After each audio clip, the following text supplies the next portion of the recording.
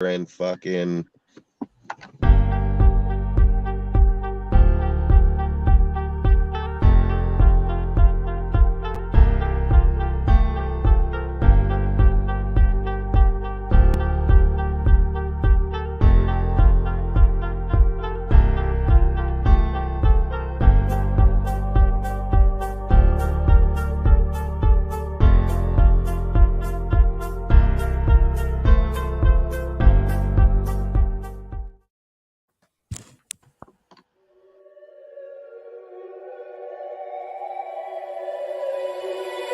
I wake up to the sounds of the silence that allows for my mind to run around with my ear up to the ground. I'm searching to behold the stories that I told when my back is to the world, was smiling when I turned.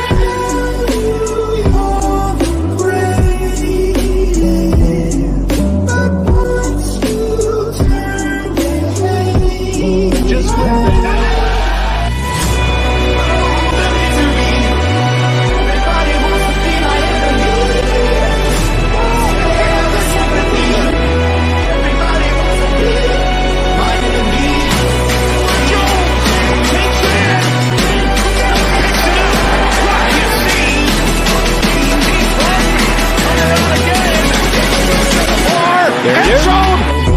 I drive to the top, I've been out of shape, thinking out of box, I'm an astronaut. I'm blasting off a planet, rocking cause catastrophe, and it matters more because I had it now. I had a part of my freaking head to go in opposition, kinda shocking, they were static with precision. I'm automatic, quarterback.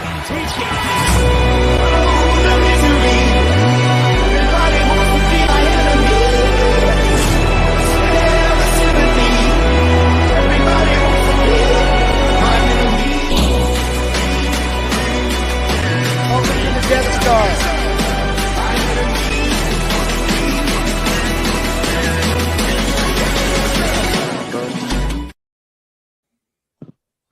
What is good, Raider Nation? Welcome back to yet another episode of Raiders Live News Talk.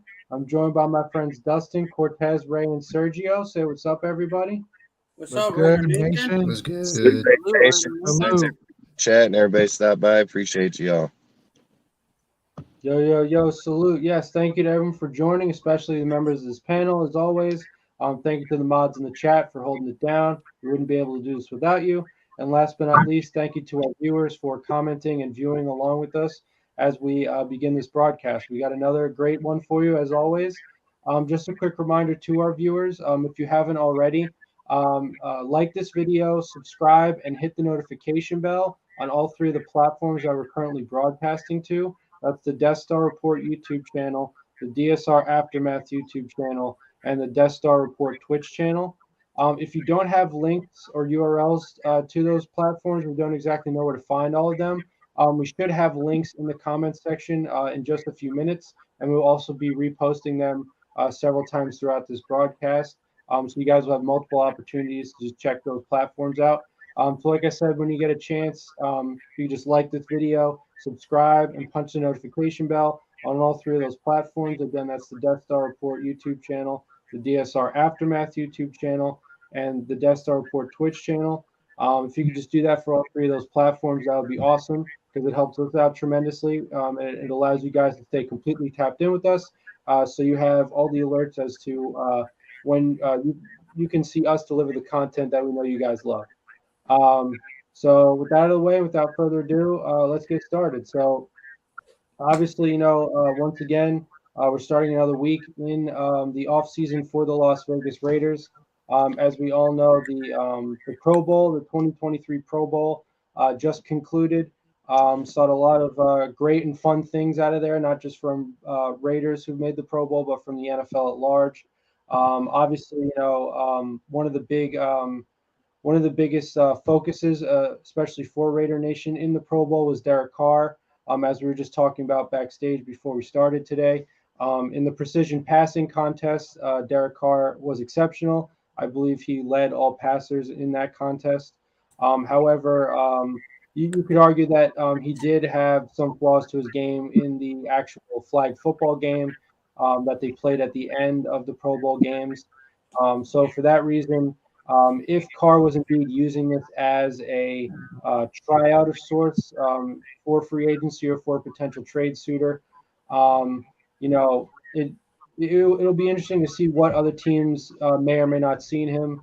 And you could argue that he gave as good of a tryout as possible, as well as showed that there are some limitations to his game. But having said that, with the February 15th deadline still not passed yet, we're hoping that a trade can get done so we can get some value out of a guy who's a relatively accomplished quarterback. Now that we're parting ways with him. To that end, obviously, the other big piece of news is the rumors swirling around Aaron Rodgers and a possible reunion with Davante Adams in Las Vegas. And, that obviously would be a huge move for this team. And, obviously, it's something I think a lot of Raiders fans would like to see. I think the level of play could increase under him. And that would definitely be a huge move for this team moving forward. So let's just get started with our first topic, which is going to be the question of is Rodgers going to the Raiders? So whose topic is this? Is this just a general? No, this is mine. Or like we can just. All right. I mean, just like overall, like I'm pretty sure everybody here has seen Davante and how he's trolling the media, talking about Rodgers a lot, and it's come to attention. Even Rodgers has seen it. Like people were telling, "Hey, Rodgers, you heard Davante saying that are you gonna become his new neighbor?" He's like, "Yeah, man, I will if he buys me a house and stuff like that." He's just like he's kind of just like overall hinting or like giving out just like kind of like trolls or whatever it is, and like I guess Davante is trying to like almost like kind of like push the narrative about it. And even yesterday at the Pro Bowl, somebody asked him about Aaron Rodgers, and he's like, that's my guy, and he is like he's been there his entire career basically, except this year. But overall, it's like I feel like Davante is trying to heavily recruit this guy because it's showing Derek Carr is out of here for sure. So he's looking for somebody that can help this franchise at quarterback, and hopefully, if we do get Rodgers, let's say if we do get Rodgers, that's going to be a huge chunk of money. So it's like probably I don't know if he's going to take a pay cut or not. It's gonna take a good amount of money, and so first year won't take a lot of money. Basically, the Brady contract. Yeah, the first year you can get him for around $30 million, $35 million by the time you're done. Because they're going to take the hit because they're going to retain him, so they'll lose $15 million right off his top pay instantly. Yeah. He'll be around $45 million. Then there's contract incentive in some of those. So I think his hit will be somewhere around 35, 40 million coming out. And then, like in my opinion, I think he'll restructure his contract with us. Oh, he will for sure. He already said he would. And like no, Davante, yeah, he said Davante said that some of like his posts and stuff was trolling. Like he wasn't. Yeah, Rodgers said like he'll restructure his contract to like be on another team, even like because he knows that he's not really gonna go anywhere with Green Bay at this point. And he said he don't want to play for the Jets, dude. So and only would play for the Raiders. He said. And then there's a rumor right now that Josh McDaniel said that he would love to have him. And I'm hearing that Rodgers wanted Josh McDaniels before they got Matt LaFleur. I did look into this. So I think it was 2018, 2019. Green Bay was looking for a new head coach, and McDaniels was one of the top candidates. And apparently Rodgers was fine with McDaniels if he was hired as the head coach, he openly said. So it seems like Rodgers would be fine if McDaniels is the head coach. Yeah, I don't see why he wouldn't. Yeah. Ran the style of offense before in the system that he ran a while back. So it's not like he doesn't know the style. So, and not only could he catch on, he's smart as fuck. One of the best, if not, he's probably one of the best in the NFL, period, especially over his time. So he makes our team instantly better, dude. We're not going to pay a lot of money to retain him in the first year. The thing it's going to come down to is the draft picks. Like, it's not going to matter if Rodgers says, "Oh, I'll retire, send me to the Jets." It's that they're going to have to give equal draft. I mean, if they're like, okay, you won't go to the Jets, they're offering 2 firsts, but the Raiders only want to give us 1 and a player. You know what I mean? Like, I don't know. What's so weird, I don't know where this is coming from, that apparently there's word that Green Bay would be fine taking mid-round picks for Rodgers, which makes no sense since he won back-to-back MVPs like last year and the year before that.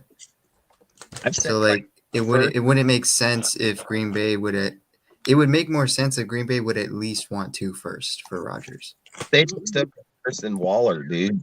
Like fucking John said up here, dude. Like I would be down to do I'd give my first and Waller. Like I'd give my first and Waller for sure. Like Waller's into his music, dude, into all kind of shit, dude, at the moment. Like, did you guys see over the weekend he got a new tat on his head? Now he's bald.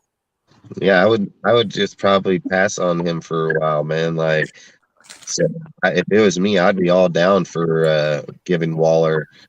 Oh, what did he say? Oh, this is the wrong one. He said, what did he say? I think they said the cap hit on the first year would be 15 million, then the next year in the 30s. I think that's hard to believe, dude, if they're saying that Rodgers caps 15 million. I don't know where people are getting that at, dude. I mean, I don't think it's 15 million. Apparently, if the Packers, I think, exercise the option, the cap charge will only be 15 this year. That's the dead cap, dude. If they offer Rodgers, if they extend Rodgers' contract and trade him, then they take a $15 million dead cap hit. That's why. The other thing too, Dustin, we gotta wait to see what happens with Carr too. Carr has to go first, then. Carr's out here regardless. So I mean, if they really have that much faith in Rodgers, that's why I'm saying I would hit up Green Bay and be like, "Look, I'm not giving you 2 firsts, dude. The dude's fucking 40 years old." But we could get like a mid-round. Give him a mid-round for him. I'd give him first and Waller. I mean, somebody's gonna give him a first-round pick. The Jets will give him a first-round pick, 100%, dude. Yeah, I'd be fine if the team wants to be in a win now mode. I'd be fine giving them a first-round Waller, maybe like a 4th. He's in a win mode right now. He's not for the rebuild. Yeah, so like I would give him a first Waller and a 4th. Yeah, and people keep saying like, "Oh, they have to fix that line, this, that, and the other." The line was ranked top. During the Pro Bowl, none of the players brought up the O line. None of them brought it up. Top 10 this year, so it's like even if there's that shitty and they're still top 10, that must mean everybody else sucked. Dylan Parham was voted as a O-line rookie of the year. Yeah, I've seen that for 2 different spots. I seen. I think if you're sitting there thinking Derek Carr and Rodgers' mobility, I think there's going to be a huge difference in how Rodgers views the field versus how Derek Carr views the field. So, huge difference. Huge difference. Carr gets that happy feet and then just scrambles like Plus, like Dustin's been preaching. Carr panics, and then he looks at one receiver. Yesterday, he panicked when Michael Parsons was getting to him. And a flag football game. I think anybody would panic if Michael Parsons was after him. But flag football, though. Fair enough. Yeah, and then like Dustin's been preaching, like Rodgers just knows how to like misdirect a defender. He does, dude. Carr was looking down that receiver when he threw the pick, and the defensive player knew where he was going. If you watch the game. Sure, dude. That's all it is. Like you can tell in flag football, in a game that should have been fun, where other people like Huntley fucking balled out in his fucking quarter. He played really fucking good in there, dude. And then Derek Carr comes in there in the 4th quarter, which has the most 4th quarter comebacks. And don't get me wrong, I know why Peyton was. OG wants the link. Oh God, I'll drop it. Like I say, with him being out there, hey, you guys want me to drop it? They put him. Yeah, I'm a little scared, but I mean, who wants in? I just say like, when they're out there, you can just see the different type of way that he is, and that's why I just think it's gonna hurt us against there for sure. But who's joining? Say again. Who's joining? OG. OG. That guy.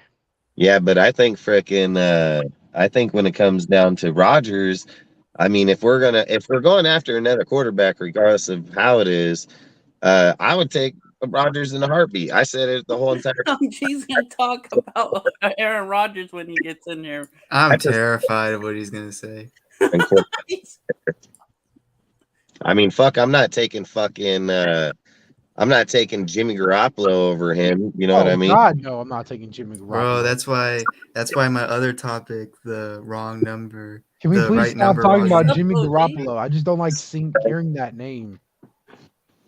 Bro, he shouldn't even be playing next year. He's a death sentence. What's up, brothers? Not much.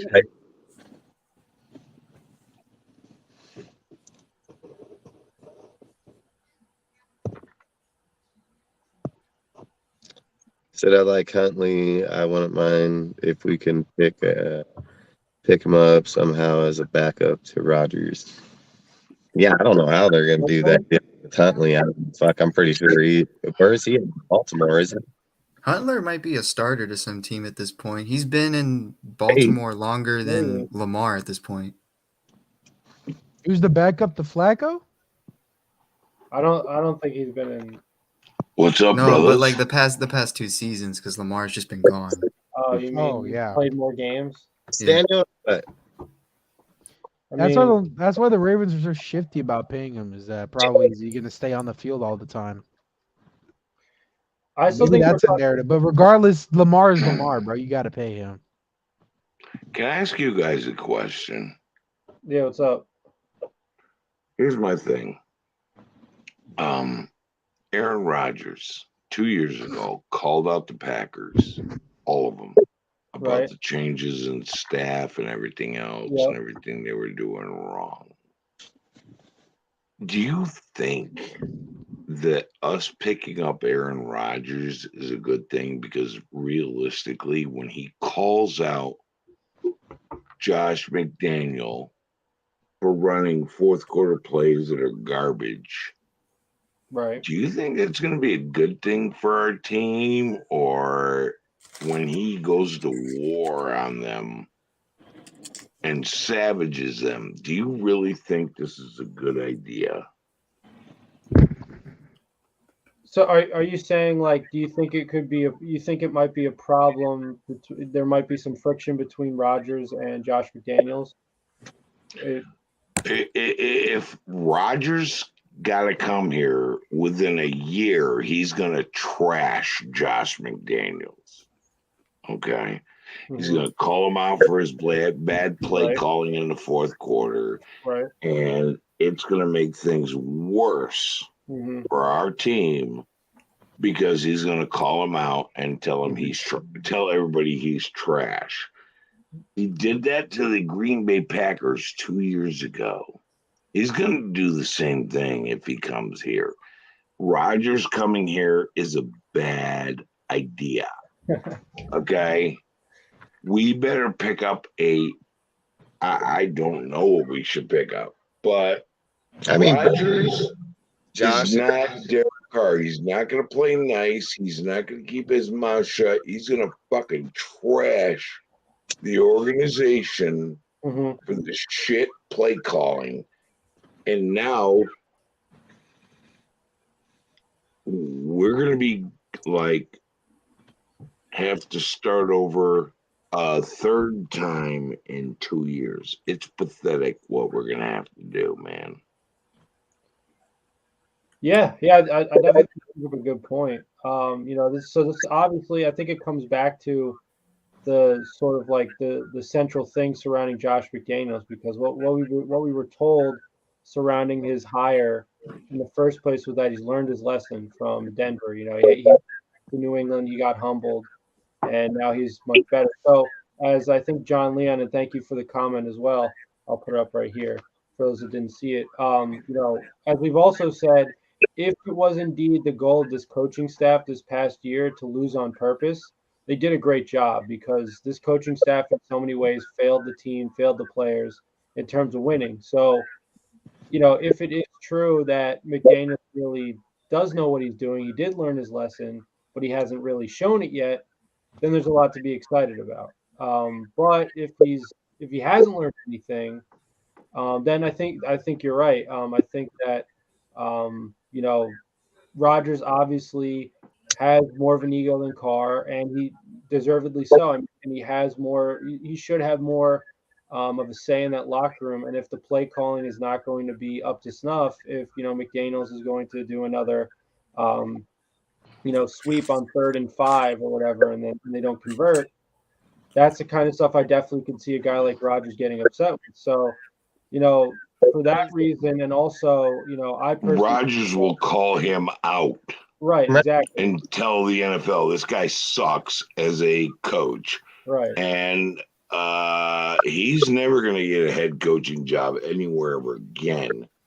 Rodgers might as well just call his own plays. Aaron Rodgers, if Mark Davis is going to be standing there going hamina, hamina, hamina. This is going to get really bad. Yeah. For our team. Right. And it will happen if we pick up Aaron Rodgers. He's not Derek Carr. He's not the nice guy or the higher road guy. He's like, fuck you. You guys are fucking doing this and doing that. Like, it's going to get ugly as fuck in this organization. Yeah. I mean, I think because if Josh sucks that bad, then it'll probably be a short tenure for him as a head coach, because you're getting a freaking dude that's balled out with Davante Adams, been to the NFC Championship multiple times, won MVPs, and he comes over here and says that about Josh. I mean, hey, then it's time for him to go, I guess. So, I mean, I'm not against it. But you know what sucks, guys? I would pick Rodgers over McDaniels every Josh sucks that bad. His fucking record is trash. He is not a winning coach of anything as a head coach.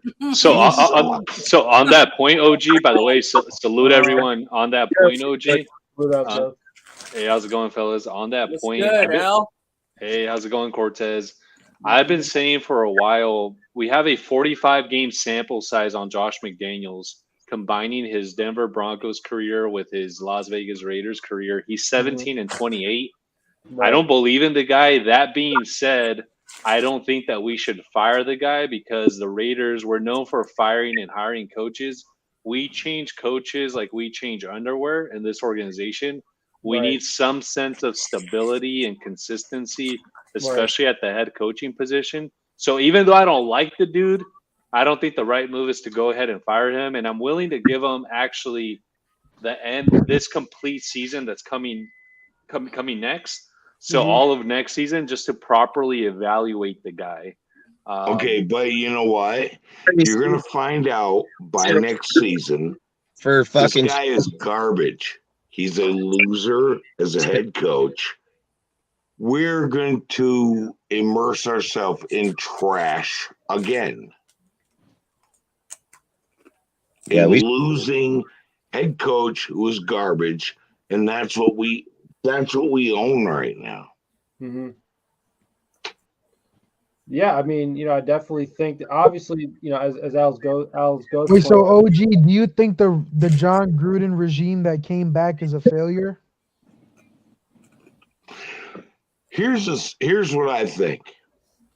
Honestly, we have never hired a winning ex-coach in our history.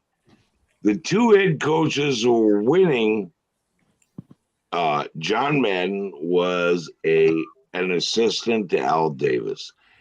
Tom Flores was an assistant to John Madden. Otherwise, we have never in our history hired a winning ex-coach. We have destroyed our own organization by hiring losers our entire history. If you go back and look it up, you're going to be like, oh shit, OG's right. We've never done this. We have never hired a winning coach. And fucking Josh McDaniels is no exception. He's a loser.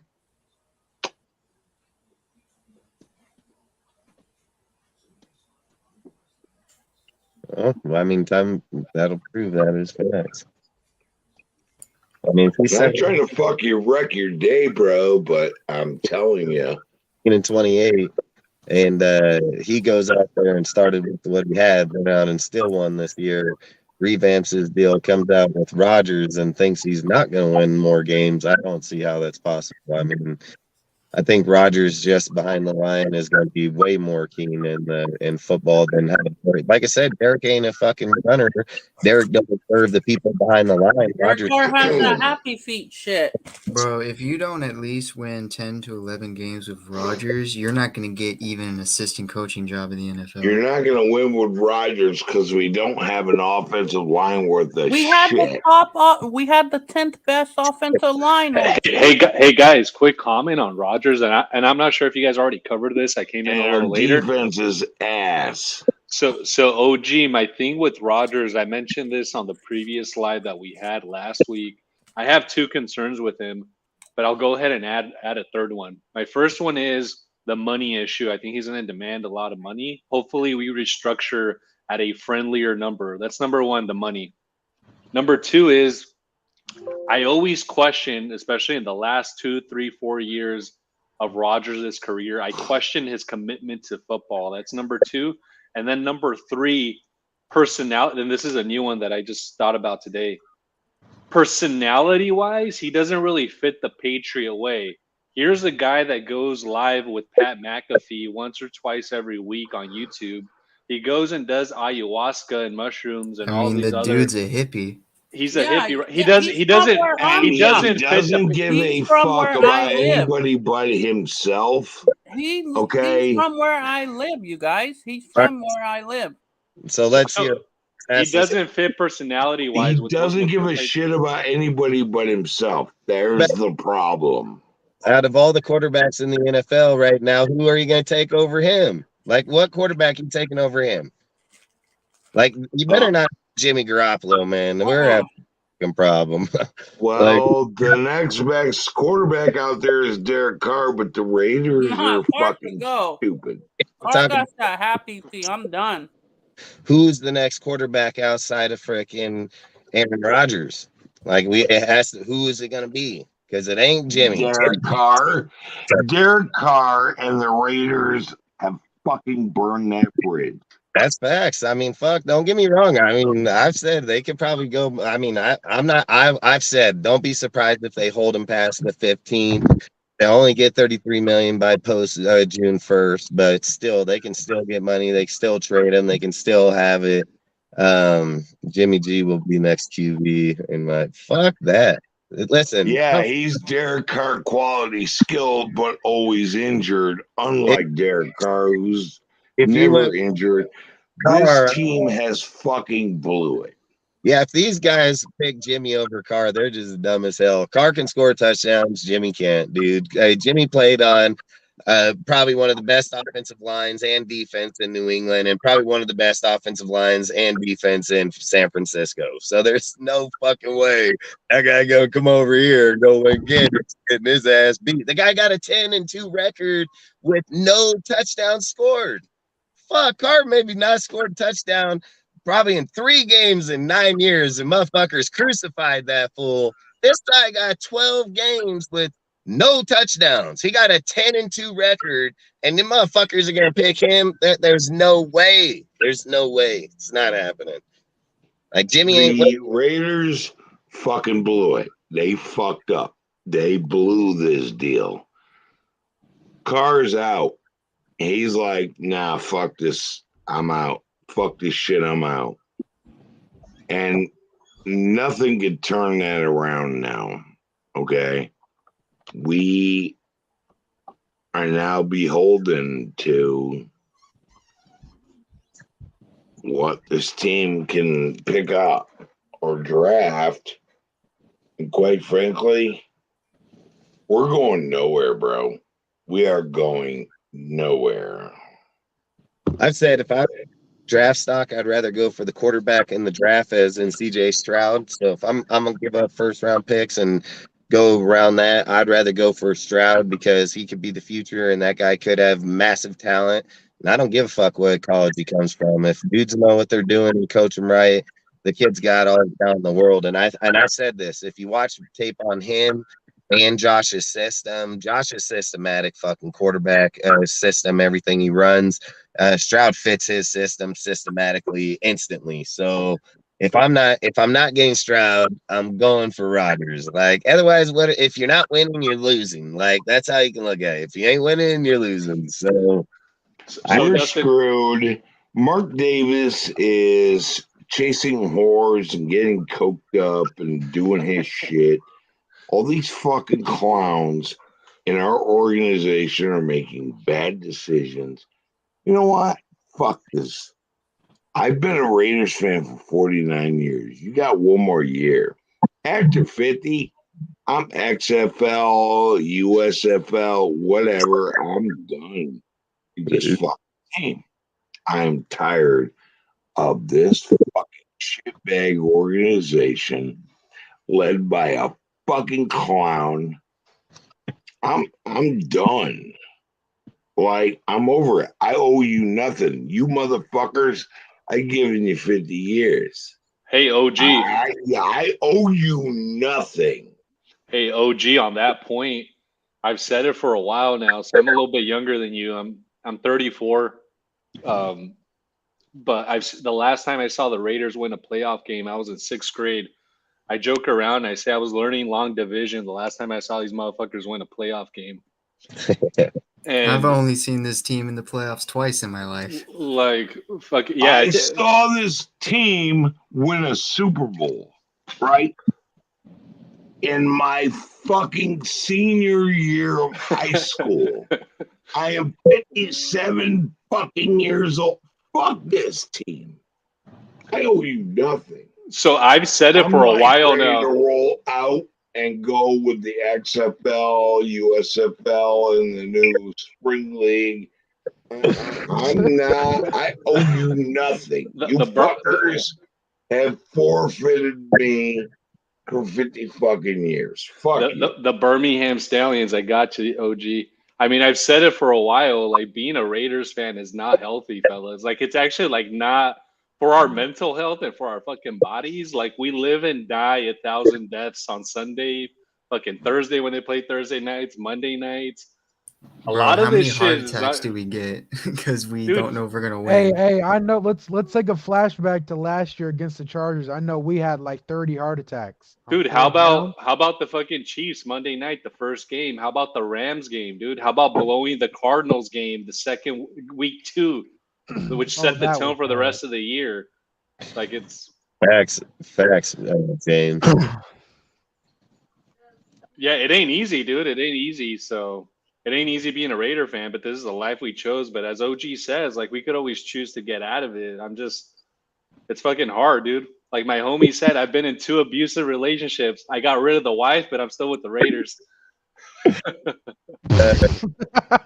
You know what?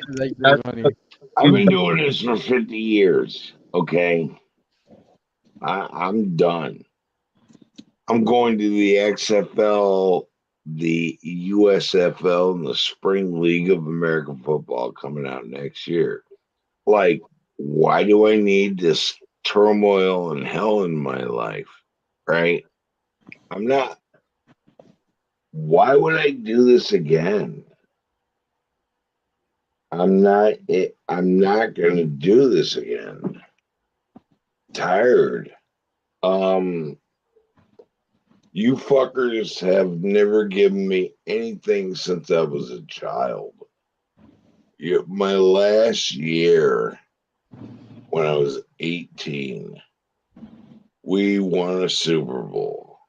I'm 57 years old. What do I owe to you fuckers now? You've given me nothing. That's where I'm at.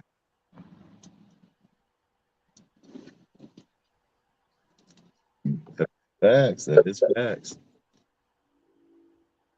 But that's why we watch football, man. Every year is different, and we can most definitely suck again this year. So, no, give me the XFL, the USFL, and next year the Spring League of American Football. I'm done with the NFL. That's Marshawn Lynch on some type of arena football deal or stake in it. That was Raiders doing the NFL. Like, fuck this shit. I don't know. Well, let's talk about something else. So, what topic you want to talk? Sergio, you said you wanted to talk on what topic?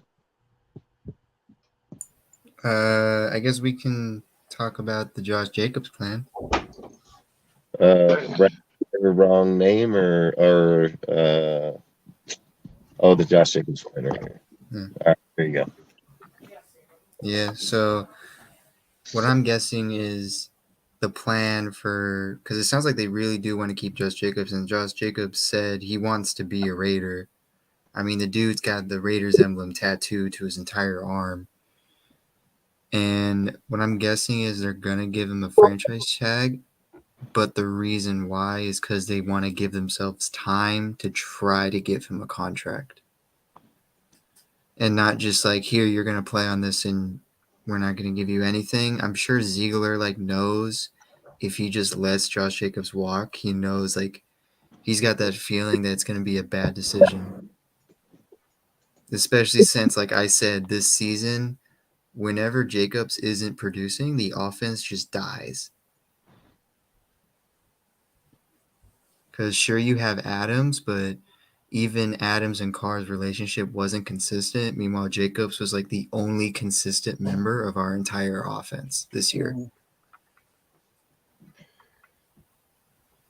Yeah, it's a tough call. I would say, it sort of reminds me of the Christian McCaffrey situation in Carolina. I mean, a couple of years ago, after he came off that, unreal year, the Panthers decided to lock him up. And one way you could view that is it was more of a thank you than a incentive to continue to produce, because unfortunately the next 2 years he really wasn't able to stay on the field. Now you could argue that that was for a variety of reasons, but on the flip side, simply by having given him the money and locking him up, they were then able to trade him, and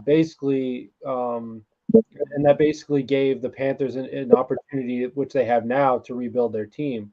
If you ask me, arguably the Panthers won that trade for that reason, because pretty much all the 49ers got out of it was McCaffrey, who obviously, he's extremely instrumental for the 49ers right now. He's an incredible player. But my point is that if the Raiders handle Josh in the same way, where he's just come off a great year, lock him up. Let's say for the next 2 years he's not able to stay on the field. It's possible that because just by virtue of locking him up, as the Panthers did with McCaffrey, they could trade him to a team that needs a running back in a win now situation, and 2, 3, 4 years down the road have a treasure trove of picks, which to rebuild the team.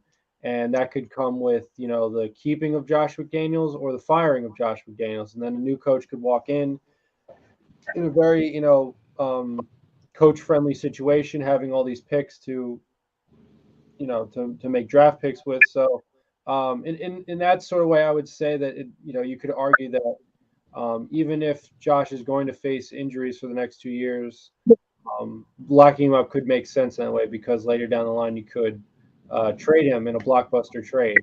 But obviously that's somewhat a risk, because is somebody going to take the chance on him if he's going to have injuries for the next several years? So I thought that was good food for thought sort of point, because I'm not saying that Josh is Christian McCaffrey. I don't think anyone quite is, but he obviously is a tremendous talent. Pretty much an every down back, and as you said as well, Sergio, you can't put a price on a guy who pretty much saved your head coach's job, or at least helped him save a lot of face as far as the offense went, because he was the only consistent really thing that we had going for him the whole year through. This year was magical for him, bro. It was a year to prove everybody wrong. Literally everybody thought, Jacobs was going to get traded in the midseason. Zamir White was going to play better than him. We're going to trade him. Stuff like that. And he shut everybody down. You know how many times I heard Dustin just beg that they get rid of Zamir White. He's like, yo, I hate Zamir White. Literally when he just dude can't run. They get rid of Jacobs because they were like, this fucking running in the back of motherfuckers. Like, guaranteed, they were like, fucking Zamir be running in the back of every motherfucker. He's like I said, he was the only guy I know that'll find a pole on an open field, dude. Like, that guy is just fucking fool, man. So, not even that. It's not every day you find yourself the perfect bowling ball for a running back. Like, Josh Jacobs is that. He's not fast, but he's going to be hard to tackle. Mm-hmm. This guy dogging him, dude, where he went when you go to tackle him, he's going to get that extra get off where a lot of people don't have that in him. So I think if they tag him, and they're going to trade him because he's not going to play on tag. He's not going to play on it, dude. There's no way, no how, and he's not going to do it. And I don't blame him. I wouldn't blame him to do it either. So if they do it, they're going to tag him where they can do it multiple ways. They can tag him, dude. Just like they're talking about Lamar right now, talking about tagging Lamar the same way, dude, for the draft compensation, dude. So if they tag him, somebody wants to offer him a contract, then they got to give them 2 firsts or something of the factor, you know. So like I say, I mean, Josh, I like Josh and all, man, and I get it, dude. But again, I've said this numerous times. Devontae got fucking 1,400 yards and 14 touchdowns, and fucking Jacobs got 2,000 all-purpose yards and 12 touchdowns, and we only won 6 games.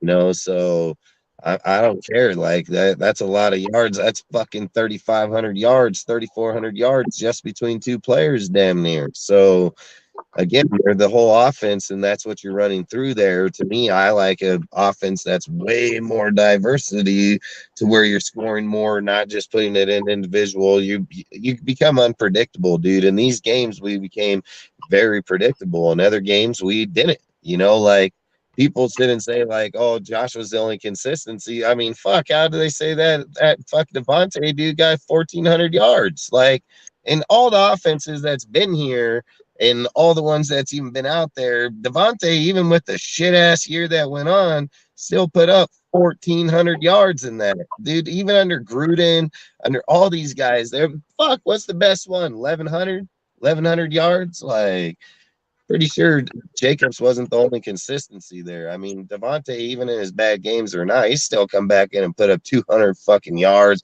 153, 149, 148. I mean, he still put up fucking pretty good. I mean, shit, 17 games to go through. I'm just saying, like it's like when like Jacobs, like when the run game like isn't working, like we only had like maybe 40 or 50 yards in the run. The offense can't do anything because the passing game is already inconsistent. Right. Like it'll go from like, we might get like 400 passing yards, and then we just end up with 50 passing yards.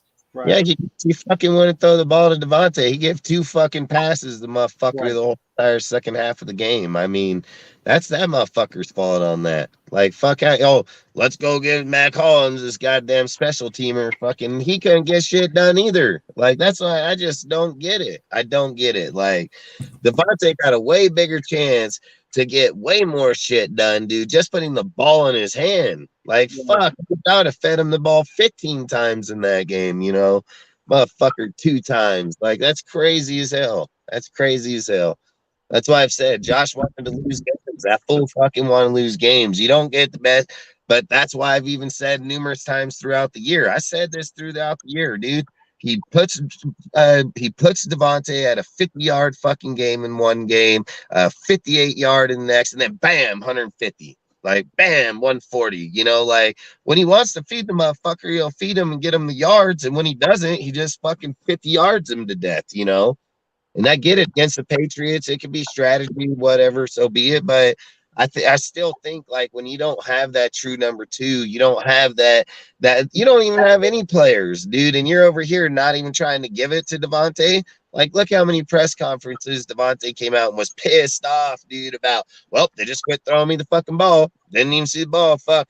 If I'm single covered, double coverage, triple covered, throw me the fucking ball. Like, this fool said this shit all year long, dude. Like, didn't come here to just play on single coverage. Like, then I never get the ball, you know? Like, this fucking team, man, I ain't even lie. Like, Josh, he's all over the place, but I've said it. I think he did that shit on purpose, dude. Like, There's games where I've said the division, he's going to go out there and play every quarter. It's going to be a competitive game all the way down there. It was under Carr.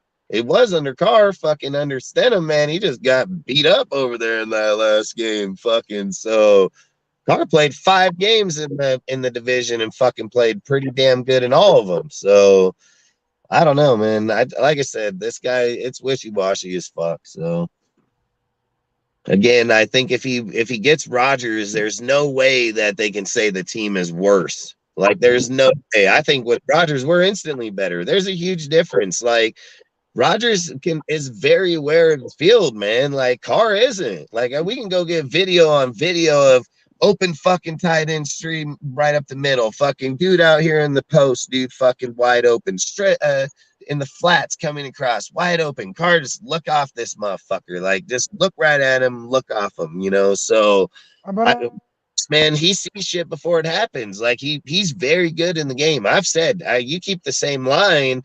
If they rank it top 10, dude, like I said, Carr's going to stand in the pocket and get tackled. Rodgers is going to break out of that bitch, bootleg to the outside, and fucking throw the ball downfield because that's what he's been doing his whole life, dude. So, just Carr so I agree, Dustin. I think that Aaron Rodgers is an upgrade, but I would want us to like proceed cautiously in terms of the expectations that we have for him if he joins the team and he's with us next year. And the reason I say that is you look at his stats last year, and I understand he had a depleted team. He didn't really have weapons, and his numbers weren't where they were where they've historically been in the past.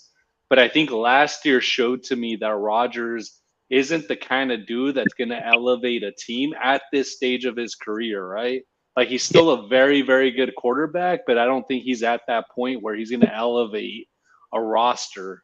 How many times did Christian Kirksey or Christian Watson get? Can someone bring it up? And can you bring it up when he got those touchdowns? Because I know when he got him in that 5-week span. He got 9 touchdowns in the 5 weeks, dude, from him. So then you got fucking Romeo Doubs, dude, that came in there. That was a 4th-round pick, dude, and fucking did pretty damn good out there. So, and if we sit here and say, like, oh, Rodgers' stats declined, yeah, okay, he declined in 1 year, dude. He went to those 2 dudes. It happened week 10 to week 13. Let's also be real. 14. He did for 9 years and didn't decline. He comes up here with Rodgers or Adams. He's going to do the same damn shit he was doing over there. The only difference is he's not going to be doing it in the fucking winter in the outdoor arena. He'll be doing it in an indoor stadium in a fucking during that time in the playoffs. So I agree, Dustin. The only thing that I want us to just be cautious about, because like I think this shit happened with Chandler Jones last year, and I'm not saying with this group of people, but like I think there was a widespread belief amongst Raider Nation. Hey, we got Chandler Jones. This dude's going to come over here and bookend the other defensive end position, and he's going to tear shit up with Max Crosby. And there's something to be said about this shit as a young man's game, right? And I understand you can't really touch quarterbacks anymore. Shit, if you fart on them, it's probably a penalty. But Aaron Rodgers is fucking 39, dude. And something that we've harped on, on every live is Father Time is undefeated. And that shit always just gets me a little nervous. And I understand that he's all into health as well, and he's into taking care of his body. And it seems like, he's not into anything that's really detrimental, right? He ain't gonna quit football right now, and I wouldn't. Like I said, but do you know what I'm saying, Dustin? Like he's the dude's 39 at the end of the day, though. Right? Like he's 39. Fuck, Tom Brady just played till he's 46. Right, but that's really like that kind of shit is really like an anomaly. Like there's a reason why you don't have a bunch of like 39, 45-year-olds like going around and tossing the ball. Playing for the Raiders, like 47. Motherfucking Rodgers is 39, still one of the best in the whole NFL. We're talking about this motherfucker he ain't even showed decline, dude. Like, still got a great arm. Good accuracy. Still showed decline for sure. I think he showed decline, Dustin. Decline. I'm not saying that he can't play most anymore. Dropped passes in the NFL. With this player without Devontae, like fuck, man. So for some reason, Dustin, I don't know if it's just for me, but like your audio cuts in and out, dude. So like I can't really. I don't know if it's happening for the other folks, but like Yeah, a little bit. Yeah, you're cutting in and out. Like I say, I mean, listen, I said this about Casey Hayward. I'm saying about Adams. I'm not going to go back and forth over it. I think he'll be a good player. Until he gets here or doesn't, then we can talk about it, because people said the same shit about Casey Hayward when they were coming. I said the same damn thing about him, dude. Like, people put these players out of their prime and out of their deals. I'm a huge fan of football. I evaluate players to the T. I fucking know exactly what Rodgers' offense was over there and the team, and what he put up over there was no different what Carr had to do here, but he had Davante, like straight up.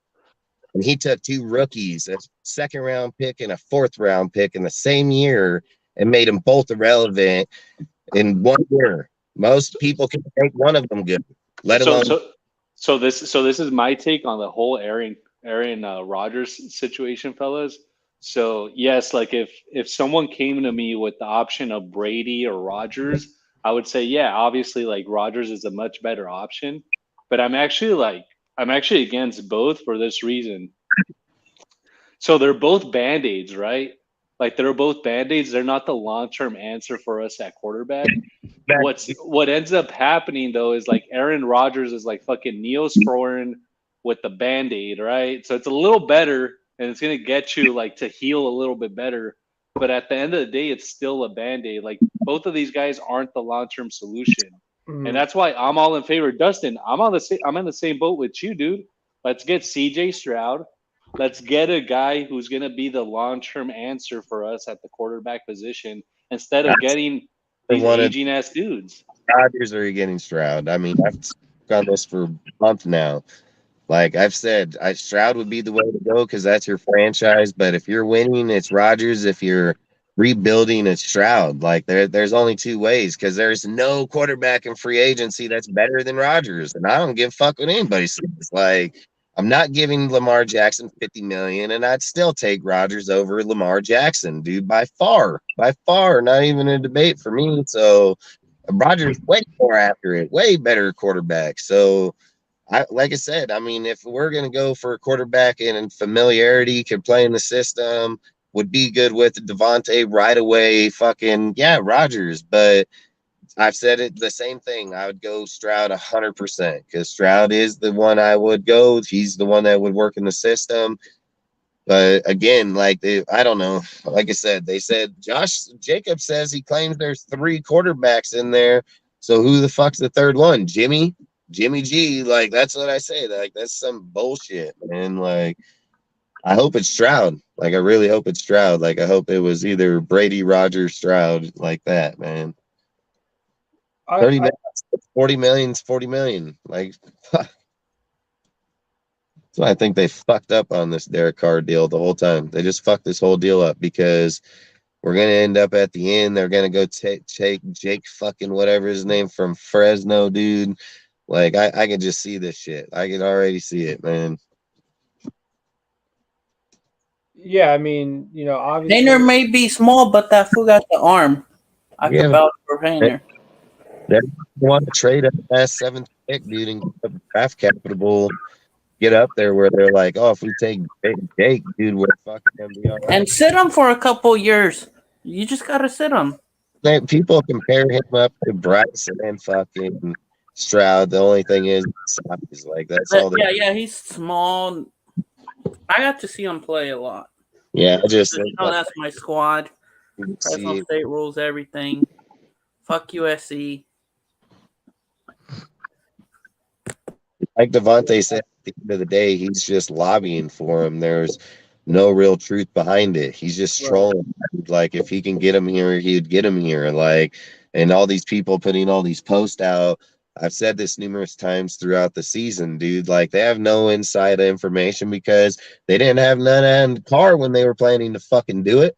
When they chose to do it, they did it. Like, that's just how they roll. They ain't gonna tell you what the fuck they're doing, dude. And all these people can say, like, that one post, dude, where he's like, oh, I have guys that are close and Josh has spoke numerous times. No, the fuck he has not, dude. Like, that's just trolling ass shit. Like, Josh doesn't go out and speak publicly on what the fuck they're doing. They never have. It was just like when the Devontae trade came about, dude. Nobody fucking, they thought that shit was done in the water. Carr got it reignited and bam, they pulled the trigger. Like, that's just how they roll. They're not going to tell you what's going to happen.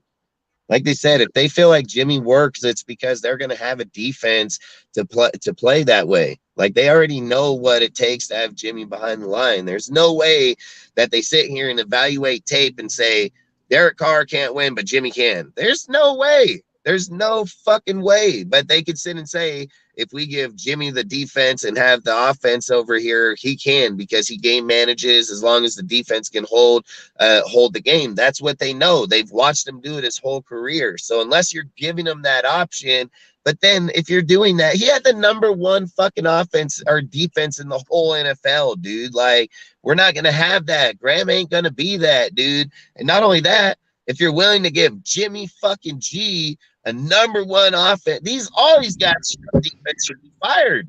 They should be fired. You're telling me Derek Carr ain't winning with the number one defense in the NFL? You dumb as hell. You dumbass motherfucker. Like, then he shouldn't even be talking football, because this motherfucker had the 20th ranked defense his whole fucking career. You bring this bitch in, dude, and give him fucking top 5, top 1. That'd be insane. That'd just be insane. I just couldn't see it, man. Like, couldn't see it. So why wouldn't you just go Stroud or a young quarterback? I don't really give a fuck what quarterback they choose. I want Stroud. They can go fucking AR. They can go fucking Jake. I don't care who the hell it is. Whoever they feel can win. That's all I give a fuck about is if their quarterback that they evaluate, because I know they ain't dumb. So I know if they're evaluating quarterback, evaluating the talent of them, and they fucking feel like they can win with them, then that's what I would want.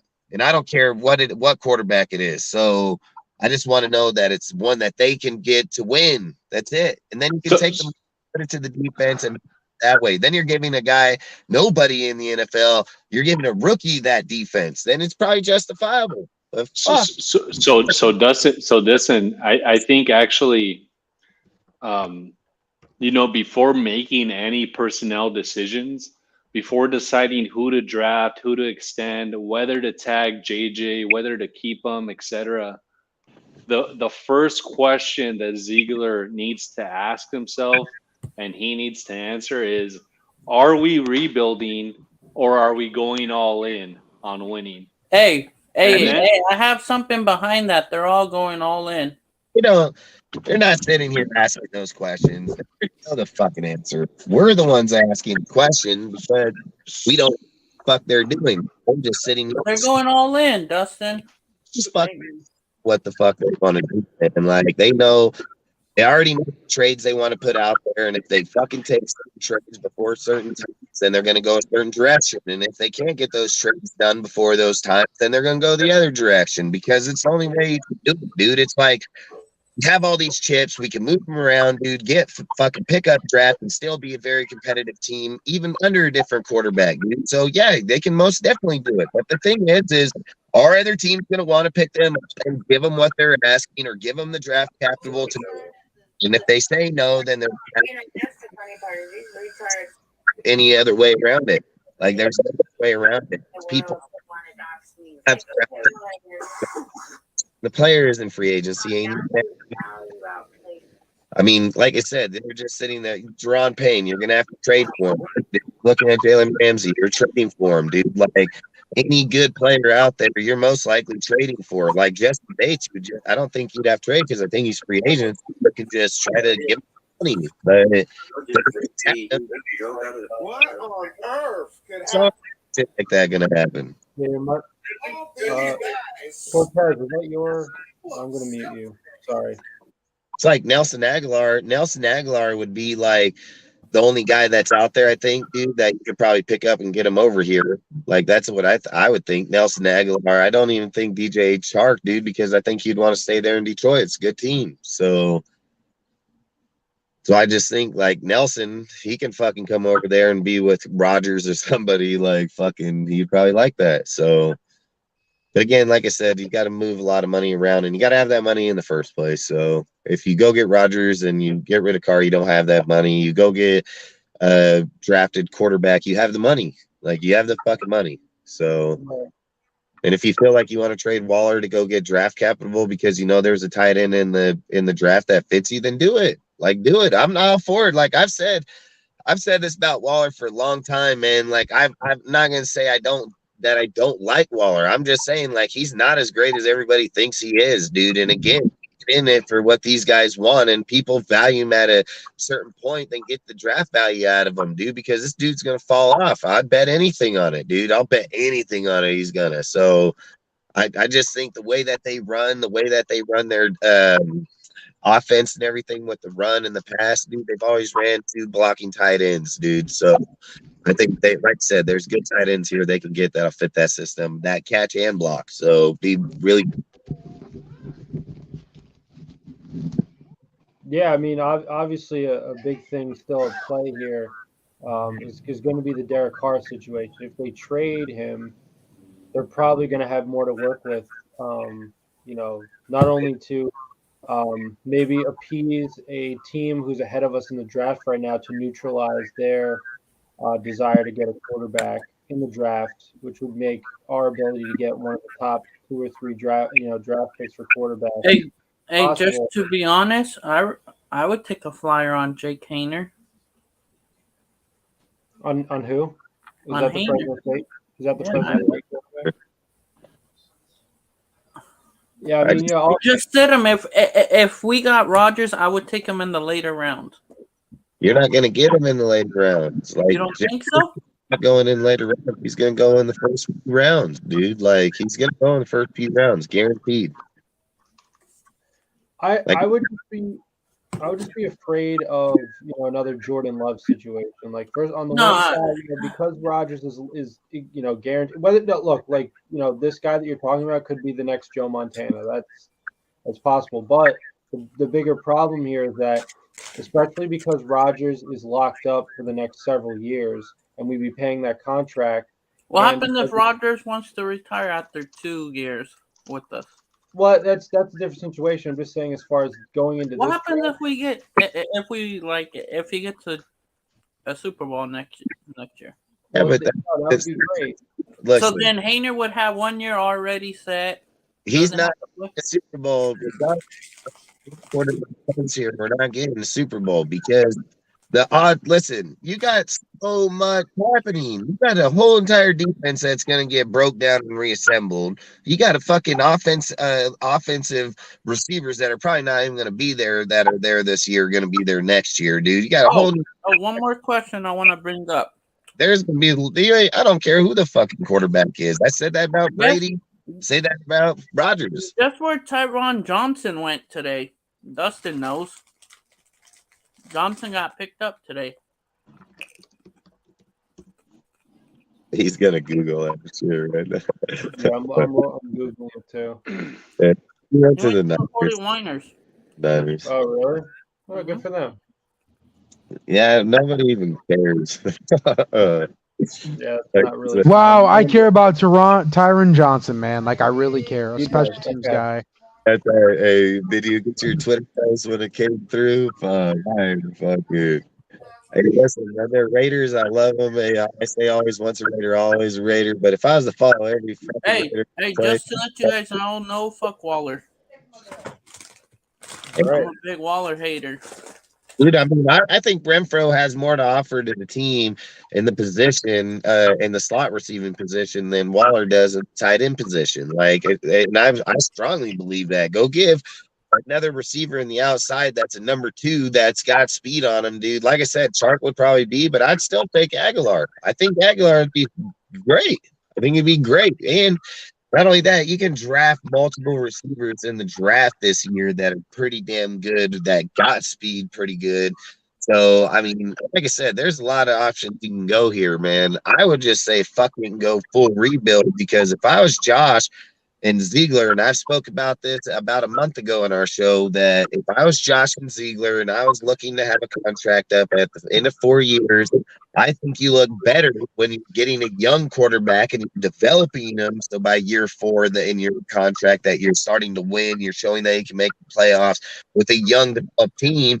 That shows more than a guy that, like everybody said here, you're 39 years old. You might retire in 2 years or 3 years. Still, and the third year, that's what you're hoping. You're hoping he stays 3 years because that's your final year in your contract. So if he leaves before that, you got to go get a whole nother quarterback, somebody that knows it, that's going to win. Like, you got to feel that's going to get you smack in your face. So I think your rebound look better if you're with the other guys. You don't. So I agree, Dustin. That's why I'm saying, like, I think the threshold question that fucking Ziegler needs to ask himself is this a rebuild or is this all in going to win? Because if it is a rebuild, which I agree, I think that's the route that they should take. As you mentioned a couple of live streams ago, we got to like open up the fucking stitches, clean out the womb, add some ointment, let that bitch breathe, and then restitch that shit back up. That's the route that we should go, as opposed to just doing this patchwork shit where we're just putting Band-Aids on a fucking patient that's dying from cancer. You know what I'm saying? That's because when all these people keep saying like, oh, Band-Aid, Band-Aid, Band-Aid, it's like, yeah, you got a Band-Aid, but the Band-Aid only goes within a certain amount of time. And I get it, like, people are going to bash Josh. Like, I get it that he doesn't have a winning record. Not every guy starts out with a record. Go back and look at some of the greatest coaches that ever played in the NFL. They didn't start out with winning records. Like, it's kind of crazy that when people put a unrealistic deal where one coach comes in, he has 875, but there's only 3 or 4 dudes in the whole entire history of fucking coaches in the NFL that have those type of records, or a 775, things of those factors, dude. And then most of them are like 500, you know. So you're looking at Josh, if he's only 11 games under in fucking 3 years, like, I'm pretty sure it's not too bad, dude. And you're going from one team to another. They're physically going to break this team down. I mean, John Gruden came in, he was 4-12. Like, he went 4-12, dude. And people weren't sitting there fucking slitting his throat the way he broke the whole entire team down the first year. He didn't wait for a second. He broke it down the first fucking year. So, like, he traded away our superstar. He fucking got rid of 2 of them, dude. He got rid of Amari Cooper and motherfucking Khalil Mack. Yeah. He got rid of the defensive players, offense. Like, that fool blew that whole shit up, dude, to a T. So for people to sit there and just bash on Josh, there is a difference. When Josh came in here, Josh had the 12th best offense in the first year. Like, even with a depleted ass offense, like, that's where I'm just like, people aren't blind as fuck to the NFL or games anymore, because they just get these one narratives, they fucking stick right to it, and that's what they ride the whole fucking time. But they don't sit there and say, like, hey, the motherfucker averaged 27.2 points all the way to the Saints game, dude. Even with the depleted offense and defense, dude, he fucking averaged still 23.2 points per fucking game, even stalling off in the second fucking half. Put him in the 10th and 12th best offense in the whole entire NFL. Guess what? Motherfucking teams that were firing on all cylinders still didn't have points like that. So what the fuck, you know? So it's good that they can sit and hold those narratives. And guess what? Only 2 players on the team was putting us up there. It was 2 fucking guys that put us in that fucking category, Josh and Devontae. Like, that's how it got there. So the guy got his offense. He knows what the fuck he's doing. He got his play calling. The issue is it's fucking broke. But from the winning games with defense can't close out games. Like I said, you bring Vic Fangio here, you go get Brian Flores, you go get any of these guys I've been advocating for the whole fucking time, the whole year.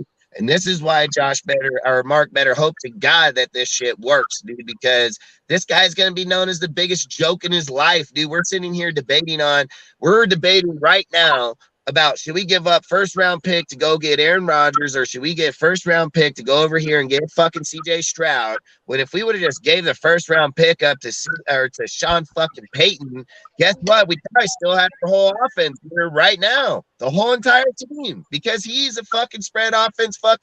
He's a spread offensive coordinator, so he's going to be able to work with our guys. He ain't getting rid of fucking Derek Carr and them. He going to play with Derek Carr. Like, this fucking guy is a joke, dude. He comes in here. He's a fucking three wide receiver, 2 tight end fucking guy. He's going to try to change the whole mold of the team. The only way he changes that mold is because he has draft value to where he can ship them and get the players in return. But Peyton, you just gave up the pick and would have had a coach that can coach. I said this the whole time. If you had Sean, you had Vic, we wouldn't have lost those games. Fuck, there's now bring Brian Flores in here, bring Vic, bring any other fucking coach. But Dustin, now Gus was garbage. Fucking Paul was garbage. Paul Gunn or fucking Patrick Graham is fucking garbage too. So they're all the same. They're all the same ass coaches. Yeah. But Dustin, like, no, I agree with you, dude. But this is the other thing that we've been harping on these live streams. All of what you're saying is a byproduct of having an owner that doesn't know football. Well, when that's the byproduct of that. No, right now he's gonna get ousted. He's gonna get ousted because one, they could have fired fucking Patrick Graham right now. Josh McDaniels has good relations with fucking with Brian Flores, and he coached with them on the fucking in New England as offense and defensive coordinator. So I'm pretty sure they could have had that motherfucker over here, dude. No, what's he do? He over in Minnesota now. Like, we just fucked up big time here, man. Especially defense. Hey, there's a connection though. There's a connection in Minnesota with O'Connell and him. That's good. There's a connection. When Brian Flores was assistant coach, McConnell was a player with New England.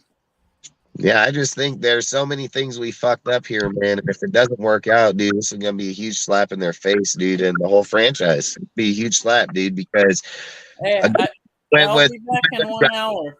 Went with Peyton. Like that's the bottom line. You could have went with Peyton. All they did was give up a first and a second round pick for him. That's it. That's all they did, dude. This guy's a fucking proven head coach. This one isn't, dude. Like, people can sit here and put knocks on the offense, put knocks on Carr, put knocks on the defense or not. If Sean Payton's here, he probably wins 10 games. Like, that easy, because he doesn't lose those games like they did in the end because of doing dumbass shit. Like, that's the thing. It wasn't that the team was that far off. It was the coach was that far off. Like, straight up. Now they're going to dismantle the whole entire fucking team, where this coach wouldn't have dismantled it. He would have just added to it, where this coach is going to get rid of all these motherfuckers. Like, I feel like he's going to get rid of a lot of these guys, dude, and people are going to be like, what the fuck? And they're going to be like, well, that's how we roll, because that's how they've been doing it for years. At the end of the day, their system works, dude. They got 6 Super Bowls, dude. They've been there fucking 10 times. Their system works, dude. Like, their system works. So if he can develop it here and do it at that level, good. But I've just said Patrick Graham is not the guy, dude. I don't give a fuck, dude. Like, I don't care. I don't care. Like, I don't give a fuck. Patrick Graham is trash, dude. And I've had people tell me. Yeah, and you know what concerns me more about that, Dustin, is, as I mentioned in one of the other lives, we're gonna go grocery shopping for a guy who's probably gonna fail as defensive coordinator. And then we're going to have to hit the restart button, hire another defensive coordinator with a bunch of ingredients for another guy who didn't fit. That's the concerning part. That could fuck us for like a few more seasons. It's been that way for the last 5 years. It's literally how the story's been for 5 years now. Literally that exact story. Yeah, I mean, it all points back to Mark. Like, Mark, because, you know, if you take a step back and you look at it as like another – not only defensive coordinator, but Josh McDaniels as head coach. If he's fired, it's just another swing and a miss. You know, it's just a waste of money if, you know, they're not going to win. And a guy who's, you know, not only at the caliber of Davante Adams, but is making the kind of money that he's making, you know, is not on a team that's winning. I don't know. I mean, I would think that also attendance would take somewhat of a hit, because as we saw at the end of this season, Raider Nation boycotted the team, boycotted, you know, coming to the games. And Mark Davis obviously voiced his displeasure with that, but, you know, he's, you know, loyalty is somewhat of a two-way street. You know, it's a give and take. You know, that the product on the field has to at least be somewhat, you know, believable, and you have to somewhat be able to believe in what's being put on the field. So, yeah, and as far as Patrick Graham goes, I mean, like I said, if losing games on purpose was their goal, he did a great job because, we make fun of 28-3 because it was in the Super Bowl and all that. Not only in terms of blowing those leads, the actual scores of those games that we saw so many times this year, but the actual dynamics of what goes into blowing big leads throughout games. We had like 5 or 6 28-3s this past year. So, and that's a knock on the offense as well as the defense. So, Patrick Graham's on the same, it's the same way to look at it as, Josh McDaniels. Like, if tanking was their goal, they did an excellent job. So if Josh McDaniel, you give him like another year or two, maybe realistically, and if it doesn't work out, then oh well, it's just one of those things. Rebuild. Mark Davis fails again. I mean, I will say also, I hate to talk about football in these terms, but even from a business standpoint, like putting fans in the seat, being, a sexy big name quarterback like Aaron Rodgers, that's going to put fans in the seat. That's going to get a lot of fans motivated to come to the games. So, even like through like the first 8 weeks, if the team's really not doing that well, you could still, make the argument that they'd still believe in a guy like Aaron Rodgers. So from that standpoint, I still think Rodgers makes the most amount of sense, especially because, like I said, you have so many different guys locked up on big contracts right now. If you're not going to start winning these games, it's going to be a waste of money. It's just because the fear is that Raider Nation is going to boycott games, and I get that it's a destination stadium and a destination city, so it's still going to make out in terms of or not opposing team fan bases showing up. So that's true as well. It's just it really just doesn't make any sense to me. Like, there's a disconnect between the performance of the team as a whole and the amount of money they're spending on it. Because if you're going to suck, you might as well not spend any money on it. That's my take. So I don't know. We'll have to see. Like I said, I just got one question to say. Yeah, we got a new scout, former player. Okay. Cool. Yeah, I mean that to me, like, two of them. What? He used to be our fullback. Okay. Zach. If you're gonna say the fucking name, say the fucking name, dude. Zach Rocket. Zach Rocket. Crockett. Dude, he is in Crockett. Is that? Sounds familiar. Oh no, he's on the team, so they're getting. So he's part of. He's in addition, coach, college scouting coordinator. Yeah. Okay. All right. Rob Ryan is part of the team, but he's a fucking defense advisory coach. Same way that like Vic and Brian were over on their teams. The problem is, look, even with him being the coach, the team played well, even with backup players. Like, they played good with backup players. Like, people forget, like, in 17 weeks, people must have thought, like, these guys are starting players here. You know what I mean? Like, these weren't the starters, dude. They weren't even options to the starters. They just ended up in the rotation because so many fucking people got hurt all year. So, if you ask me, I think Rob and them did a good job with their guys because, I mean, Masters played pretty well. I mean, Buck played pretty well. I mean, they had freaking Diablo playing well. I mean, Perryman played well. Jalen Brown just sucked, dude. He's garbage, but fucking outside of that, for the most part, they had their linebacker core playing well, and that's what freaking Rob was. So, like I said, I mean, there was a lot of fucking depletions here. Corners, fucking, you had Morick not playing well in the safety. Got rid of Abram, dude, so that changed up. Then you had Duran playing more snaps out there. I mean, there's a lot, dude. There's a lot of rotations on the defensive line because of injury. So, I mean, there are numerous things that happened out there this year. So, I mean, if you're going to be realistic going next year, like, if we had better players, do we give up those games? Probably not. I mean, I'm not going to argue that. And I sit here and say, like, oh, would they, like, bicker? I mean, nobody's going to say, like, I think just their knowledge wouldn't have put them in that situation. But, again, we have two coaches here that ain't really proven shit. Well, I mean, look, Josh proved he's an offensive coordinator, so I'm not ever saying, like, he hasn't proved his offensive coordinator. I'm saying, like, he hasn't proved that he's a head coach. But Graham ain't proved that he's a defensive coordinator. I mean, even in the New York, dude, when he went there, he had one good year because the team was already there.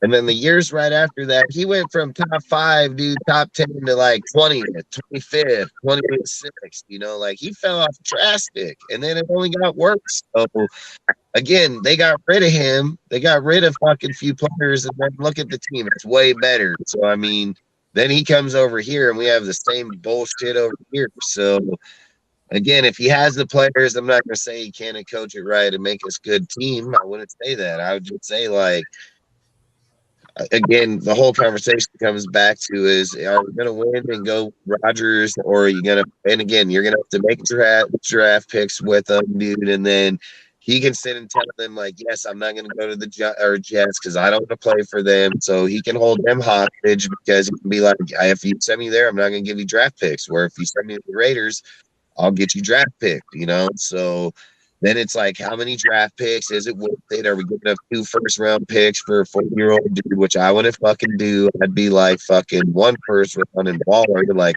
probably do that. And later draft pick, whatever. I don't really care. I think if he has Renfro, which is kind of like his Randall Cobb type player, then you have fucking Devontae Adams, which is pretty fucking good. You're going to draft fucking players, receiver in there. You can go to free agency and still get 1 or 2 out there that's decent. You're going to get a tight end out. So, I mean, you got a lot of good fucking possibilities in here. So, for me, I just think that it would be smarter if we did go the younger, but listen, there's ways that getting Rodgers can work too. I've said this on numerous deals that Rodgers can work too. If you break the team down, move some of the contracts. So look, if Rodgers comes, you don't keep Jacobs. You use him for trade value, move him. You're getting the trade cap, so you're able to get a first round or second round pick in this draft, so you can add to the team right away. And yeah, it's not going to be halfback, but there's still good halfbacks in this draft. You still got fucking whole plethora of them on your roster right now.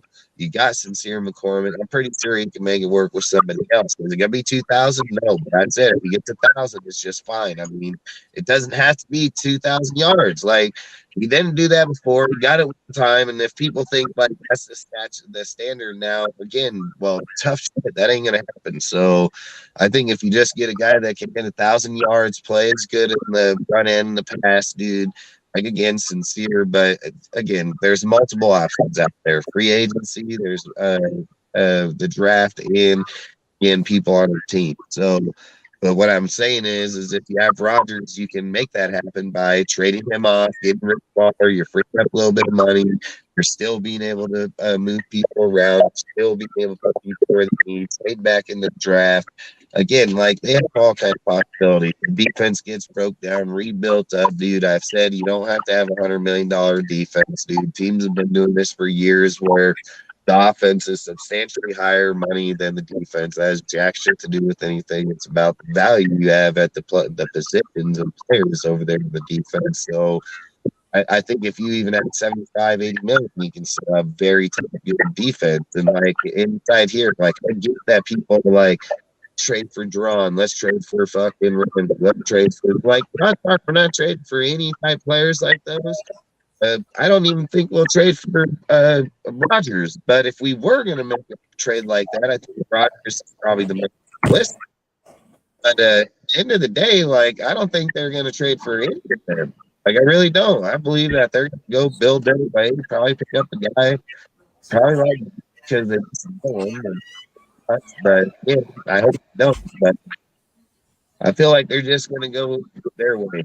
Like, they're not going to go making all these unrealistic trades, or like Deron Payne. If you trade for Payne, you got to trade draft cap to him too. That's happening. they'll tag him the same damn thing. So my players say that it'll happen like that this offseason.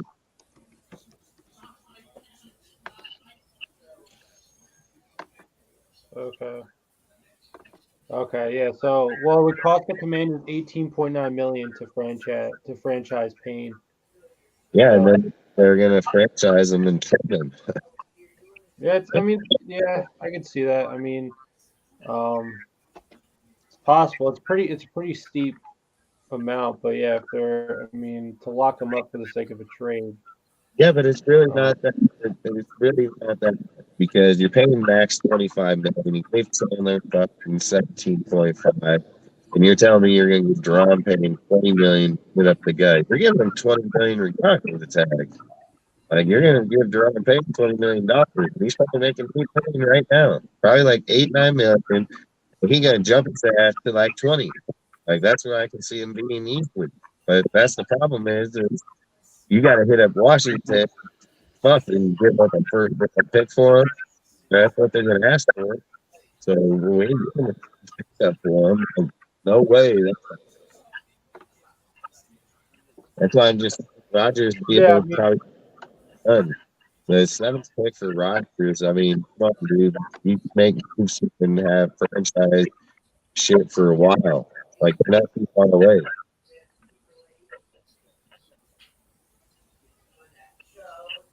Yeah, I mean, obviously, like right now, in terms of a proven commodity, just looking at football, all other sides, all other factors, not being considered, Rodgers is your best option right now. It's, because I mean, and he's still, as of now, he's part of the Green Bay Packers. He's locked up. He's under contract. So in theory, like there are other quarterbacks, that are locked up on other teams you could trade for, but because the rumors flowing around about him, not being a Packer anymore, arguably, like I said, he is the best option because he's rumored to be in play to make a move to a different team.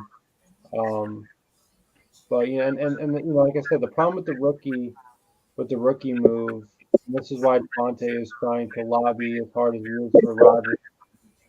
He wants to win now. He doesn't want to go through the trials and tribulations of the rookie quarterback, which is necessary. It's necessary to for a rookie quarterback to go through the first year, have some growing pains, make rookie mistakes, and what that ultimately ends up meaning usually is that in that rookie year, the team is not very good because, like I said, the quarterback mainly, amongst other issues, it's not just the quarterback, but mainly the quarterback has to go through all these problems. And that's fine. That's natural. That's perfect.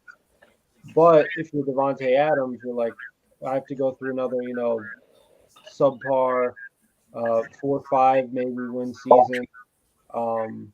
So for that reason, I could totally see where Devontae would want much more of a win now option, i.e. Aaron Rodgers, who's the best win now option right now of all the options that seem to be available. Secondly, I'd say that, I personally, as I've said before, I personally think that trading up to be able to get to a position where you could draft Stroud could prove dangerous because everyone saw what happened with Trey Lance this year, and more importantly, going into this next year, the 49ers have a real dilemma on their hands in terms of a quarterback. And obviously that doesn't mean that every team is going to be able to get a gem as Mr. Irrelevant in the draft. But what it does mean is that you could argue, was it worth it for the 49ers to wait to break the bank on a quarterback like that? Because at any point in time the guy could get injured, potentially lose his confidence to the point where it's not worth it. So it's a big risk, which is not to say that Rodgers isn't a big risk as well, because with all the money he's making, with the amount of the cap that he's going to be eating up, and with the season that he just had, which you could blame it on certain things that don't have to necessarily do with him, but at the same time it's still a risk because now there are also people who are arguing that he should retire, and it is a bad sign, honestly, when ideas of a guy retiring are starting to surface because the fears that he could really be in decline. As I said, he threw 3 more interceptions this year than he did the year before in 2021. So, and the difference between him and Brady, because Brady's on the picture more, but because Brady was a UFA, you didn't need to trade for him. Arguably, he could have made it, at least affordable to have him. That would have been to me a more sensible roll of the dice. But with Aaron Rodgers, you could really be in deep with him.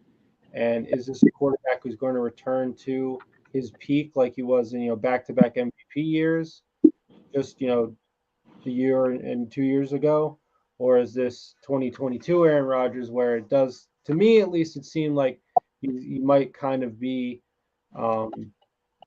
towards the retirement. He's creeping towards that in terms of the decline in his play. Because to me, especially that Lions game, for a guy that you really want to be able to depend on as a leader to win in a big game. This is a team that reeled off, I believe it was 4 wins in a row after everyone thought they were dead in the water. And here they were with the chance at home to play the Lions, a team that they've owned for pretty much the entirety of Aaron Rodgers' career, if not before. And the guy, if you ask me, the guy didn't step up enough. And it was just kind of his body language to me really indicated. It was just kind of like, well, this might be my last ride. He threw up the rock on sign. You can't really see my hand, but he threw that up. He had put his hand around, Randall Cobb. It was very emotional. That means love. Yeah, whatever. That's great. That's fine. Randall Cobb's his best friend. They've been through a lot together. That's great. But this has been my point as well with Aaron Rodgers is now that we have Davante Adams, and if we get Rodgers as well, I'm really starting to fear that we're going to be Packers fans. And what I mean by that is, it's very possible even at this team's peak. And I would probably be a Patriot fan at all. Like, he had no problem being a Patriot fan. Like, that's why I'm saying, like, you guys are so like, hey, we'll be a 47-year-old quarterback Patriot fan, but we won't be a 39-year-old Packer fan. Like, what the hell's going on here? What I'm saying is that for the reasons I outlined, though, that's why I thought, because both Brady and Rodgers are a gamble, like they're roll the dice, no question about it. But because Rodgers is locked up to a huge deal, he's been the Packers franchise quarterback forever now. This is not going to be, a small move, not only in terms of trading for him, but for making it affordable. At like 42? I'm just saying that, like with Brady, you could have renegotiated a completely different contract. Like the two situations are not really comparable, and that's why I'm advocating more for Brady. And also Brady, I mean, say what you want about him. I mean, he was the quarterback for a Super Bowl winning team 2 years ago. Rodgers hasn't won an NFC championship since 2010. He won that because Jay Cutler was injured. Had Jay Cutler been healthy, Rodgers might have lost an NFC championship game to Jay Cutler.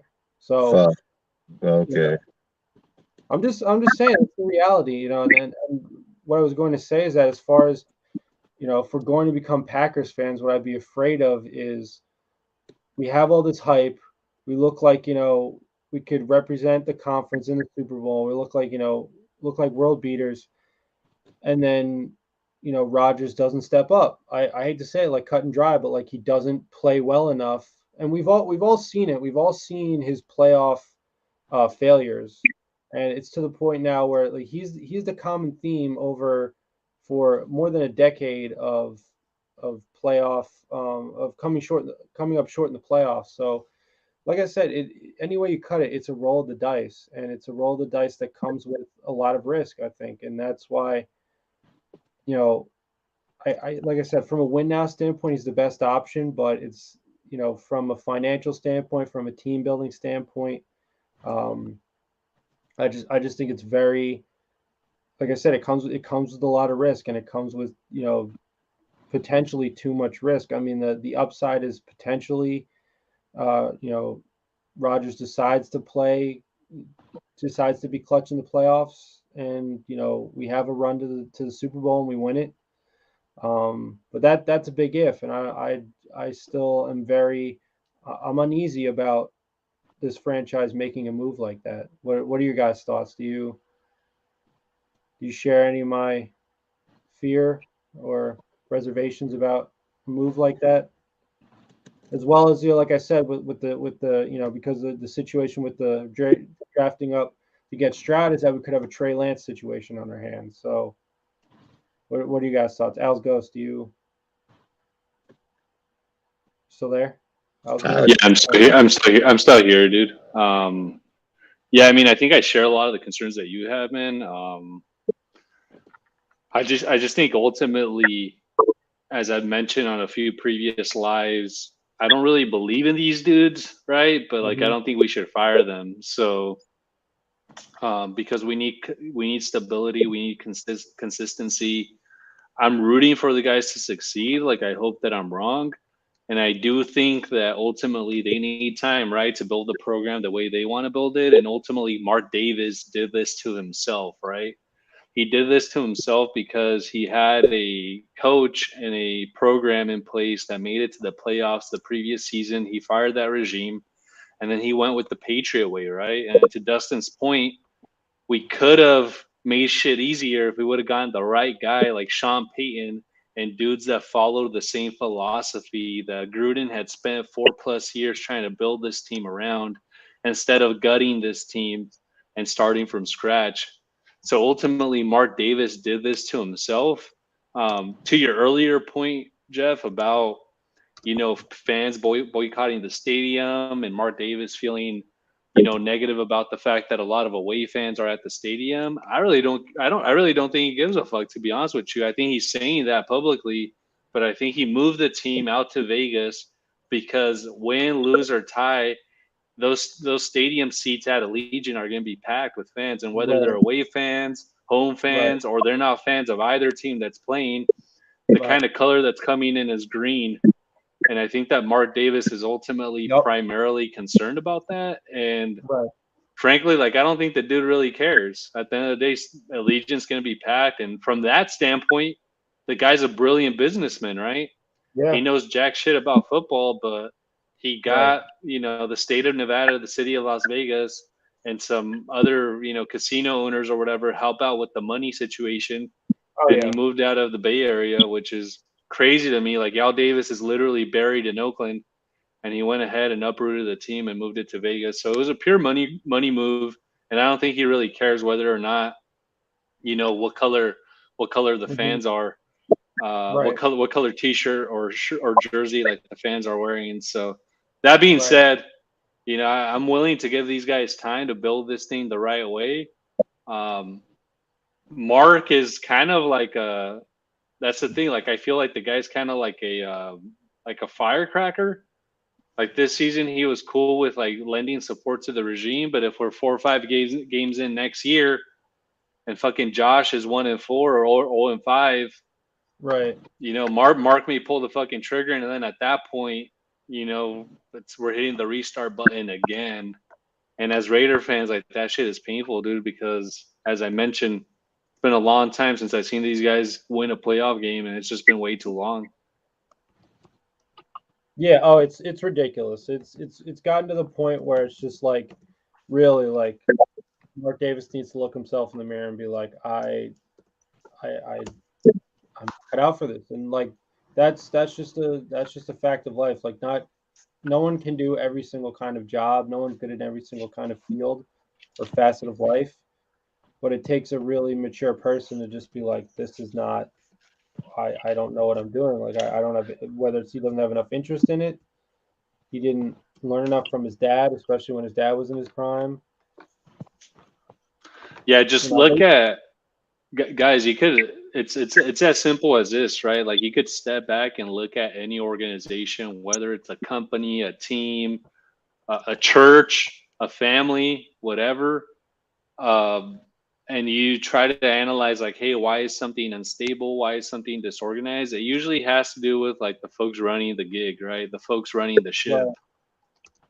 And we have a guy who's at the helm of our ship or the Raiders ship who doesn't know what he's doing, at least when it comes to football. You know, from a business standpoint, maybe he's a little bit better at that. Like he got public dollars and other people's money to build that stadium in Las Vegas. But from a football standpoint, I think the guy is a fool. Yeah, Roger Kraft and fucking Jerry Jones had more of them getting the money to build that stadium than fucking Martin did. That's facts. It's like, that's why I say Mark ain't getting too much credit for shit he didn't even fucking do. They blocked that fool. Like, he has zero power, dude. Like, Mark's a puppet. He's got zero power. He's one of the fucking poorest franchise owners. The only reason they even leave him there is because of Al Davis and what he fucking done. And then they blocked us in LA. They fucking sent him to Vegas. Like, they had that shit all planned out the whole time. So he wasn't gonna get the money. It's the fucking dudes that have the fucking, what is that? What's that fucking league that Kraft and them own? Fucking DraftKings, dude. That was the casinos there. That was the fucking guy that ended up giving up what, $2.2 billion or 1.9 billion. Like, that's what he gave up. 1.9 and 1.8 billion. Mark had to borrow like 300 million, dude. Like, fucking pennies. And he got that from the NFL. The NFL gave him the fucking money. What to say, dude, this guy's a fucking joke, dude. And if we're being realistic, it doesn't make sense to trade for Rodgers. There's too much draft capital when you can trade up to go get another player in Stroud. I agree, dude. Well, that's why I said I think the Derek Carr situation is really going to make a lot of things clear, because, like I said, there's two ways you can go about it. You can give a team ahead of us draft picks so you can get Derek Carr. Like, you send to a team that's in a win now situation, you give the picks you get from him or whatever proceeds you get from that trade to a team that's ahead of us, primarily I would argue Houston, Indianapolis, and Seattle. If even one of those teams is comfortable with their situation before the draft, to the point where they're not going to take a quarterback in the draft, then we could definitely get one of Stroud, Levis, or doing this with the Cardinals. You got to trade the third spot, dude, because if the Bears don't take quarterback and the fucking Texans do, the next one up on the board's the Colts. They're taking quarterback 100%. So the Cardinals ain't going to take quarterback. So you have to trade to the Cardinals. You got to trade to the third pick. Fucking, that's where you're going to get them at. To the third pick. That's another possibility too. You could just leapfrog any one of those teams. They have to, and then you're not even gonna have. There's not even be a fucking debate about it, because if he gets to the Colts take quarterbacks, gonna be Stroud or fucking Levis. Then you're sitting there, Seattle, dude, where Seattle's like, yeah, we're gonna go and we're not gonna tag them, we're gonna sign them, dude, but they're only gonna sign them for a few years. So if you're telling me Levis is on the board right there, this dude's like 32, 34 years old. So fuck, you guys are saying Rodgers done at 39. I mean, this fucking guy in 3 years, he can be done. He ain't even played 11 years. So that's why I say, like, that it would make sense they took Levis there. Then you're looking at like AR, then you're looking at Jake, you're looking at all these other fucking guys. Like, I get it that people like these guys could have it. I'm not trying to go off of the seventh pick. Like, I would like to trade up to the third and go get Stroud. Like, I'm not trying to say, oh, this guy could have. I know this guy got it. I know he already has it, dude. And I don't give a fuck about this OSU bullshit ass narrative. Like, the dude got mad skill. He got mad ass skill, dude. So if you can't coach that, you probably sorry ass coach. So, and if that's the case, then we just are doomed regardless of what we do, because Stroud can win. Like, I guarantee he can win. And I guarantee if Sean Payton had that fucker, he gonna win with him, because he's a great quarterback. So at that point, dude, I mean, that's where I'd want to go. That's who I'd want to get. And I think you have to go to that spot because if the Bears take defense, and again, the Bears can fuck the whole thing up, dude, because it doesn't make logic sense for us from the 7th pick to the 1st. It's just too much draft capital. So if the Colts know we're going to go to Arizona and we can give up more or have a better relationship, because again, the GM that just came there is a Patriot fucking GM. So they're going to have way more deal with fucking Josh and Ziegler than they will with the Colts. So I feel like at that point in time that the Colts would probably say like, hey, we're at the 4th pick to go to the 1st. Probably it's going to be a little bit, but we get a quarterback. We've already gave up hella draft cap for veterans. It ain't work.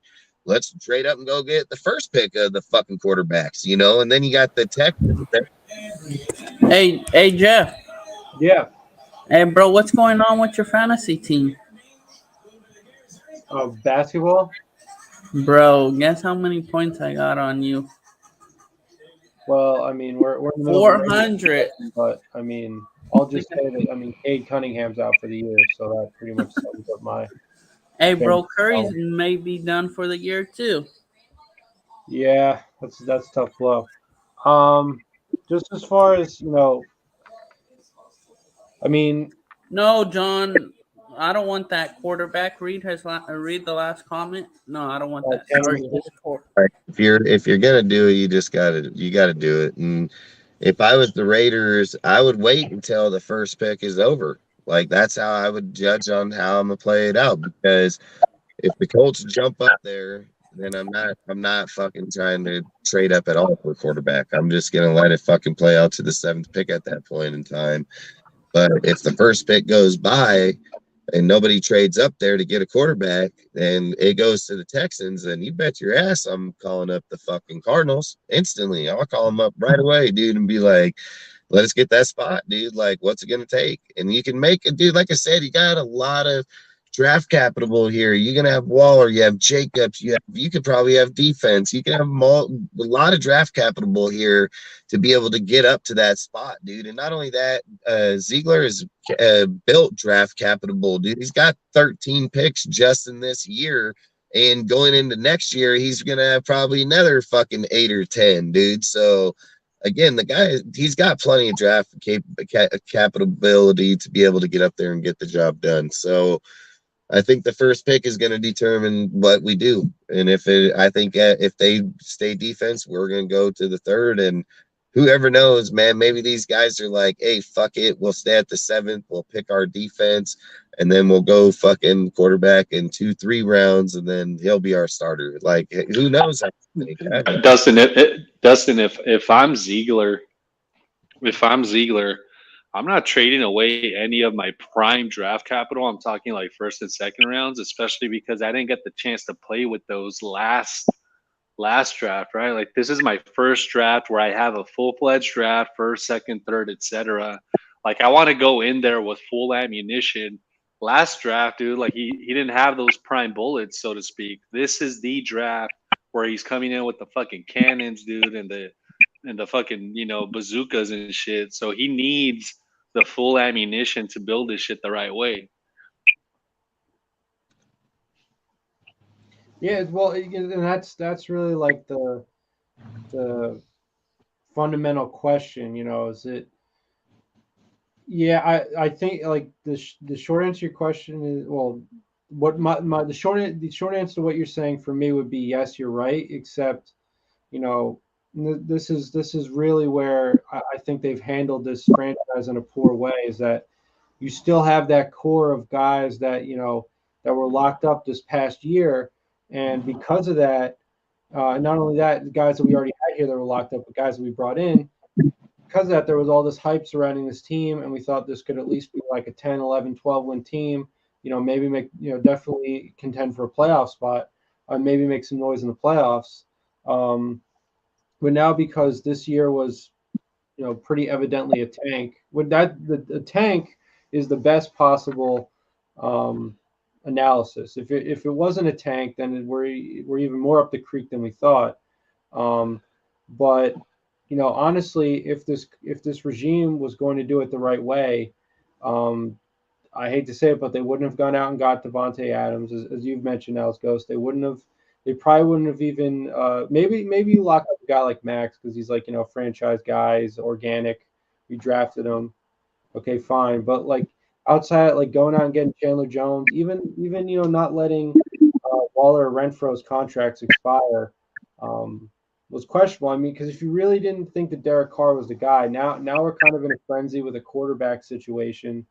And if you're going to draft a quarterback anyway, as I said, because quarterbacks have to go through a rough rookie season, you might as well have just entered a rebuild fully. But then just like, and once again, this is all up to Mark. If Mark has no problem with paying these guys, even if they're part of a losing team, then that's fine. We're probably still going to get a handful of Pro Bowlers out of this team. Hey, there's one player that I would want back, Phylon.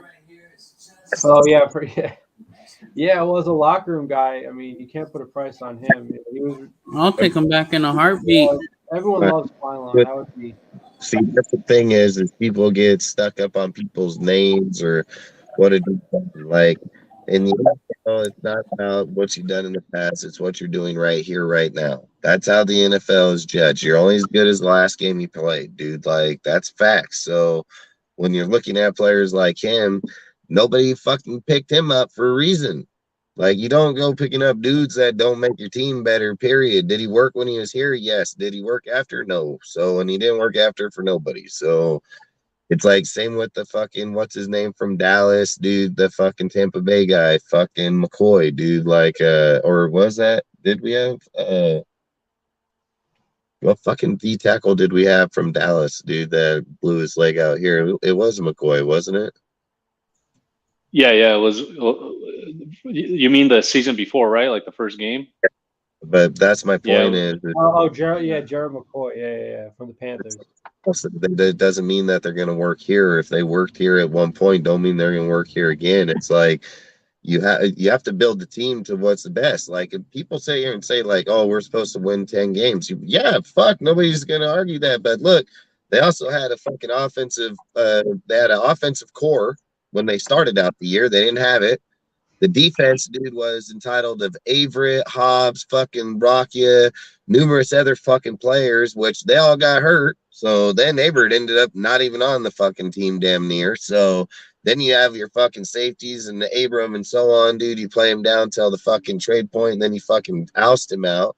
The defensive tackles and DNs all got injured. Like linebackers all got injured. There's not even the players that started on the season weren't even the players that finished out the end of the year.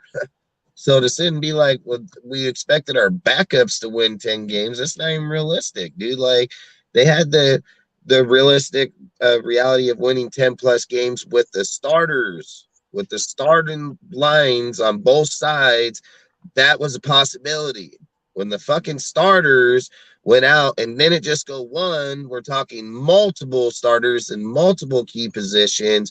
That's not a reality no more. So we can't even compare the same. There's got to be like, with the starting lineup, we agreed that it'd be 10 wins. But the minute that the starting lineup went out, the fucking reality is it ain't 10 fucking wins. So if you look at all the starters that went out was fucking 10 of them, then you're sitting there saying that we got 6 wins. That means we were only 4 wins off of where we would have been with the starters. So pretty much. I agree.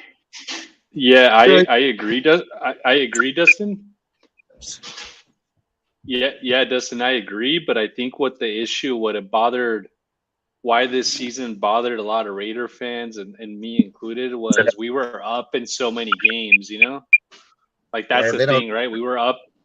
We were up in so many damn games.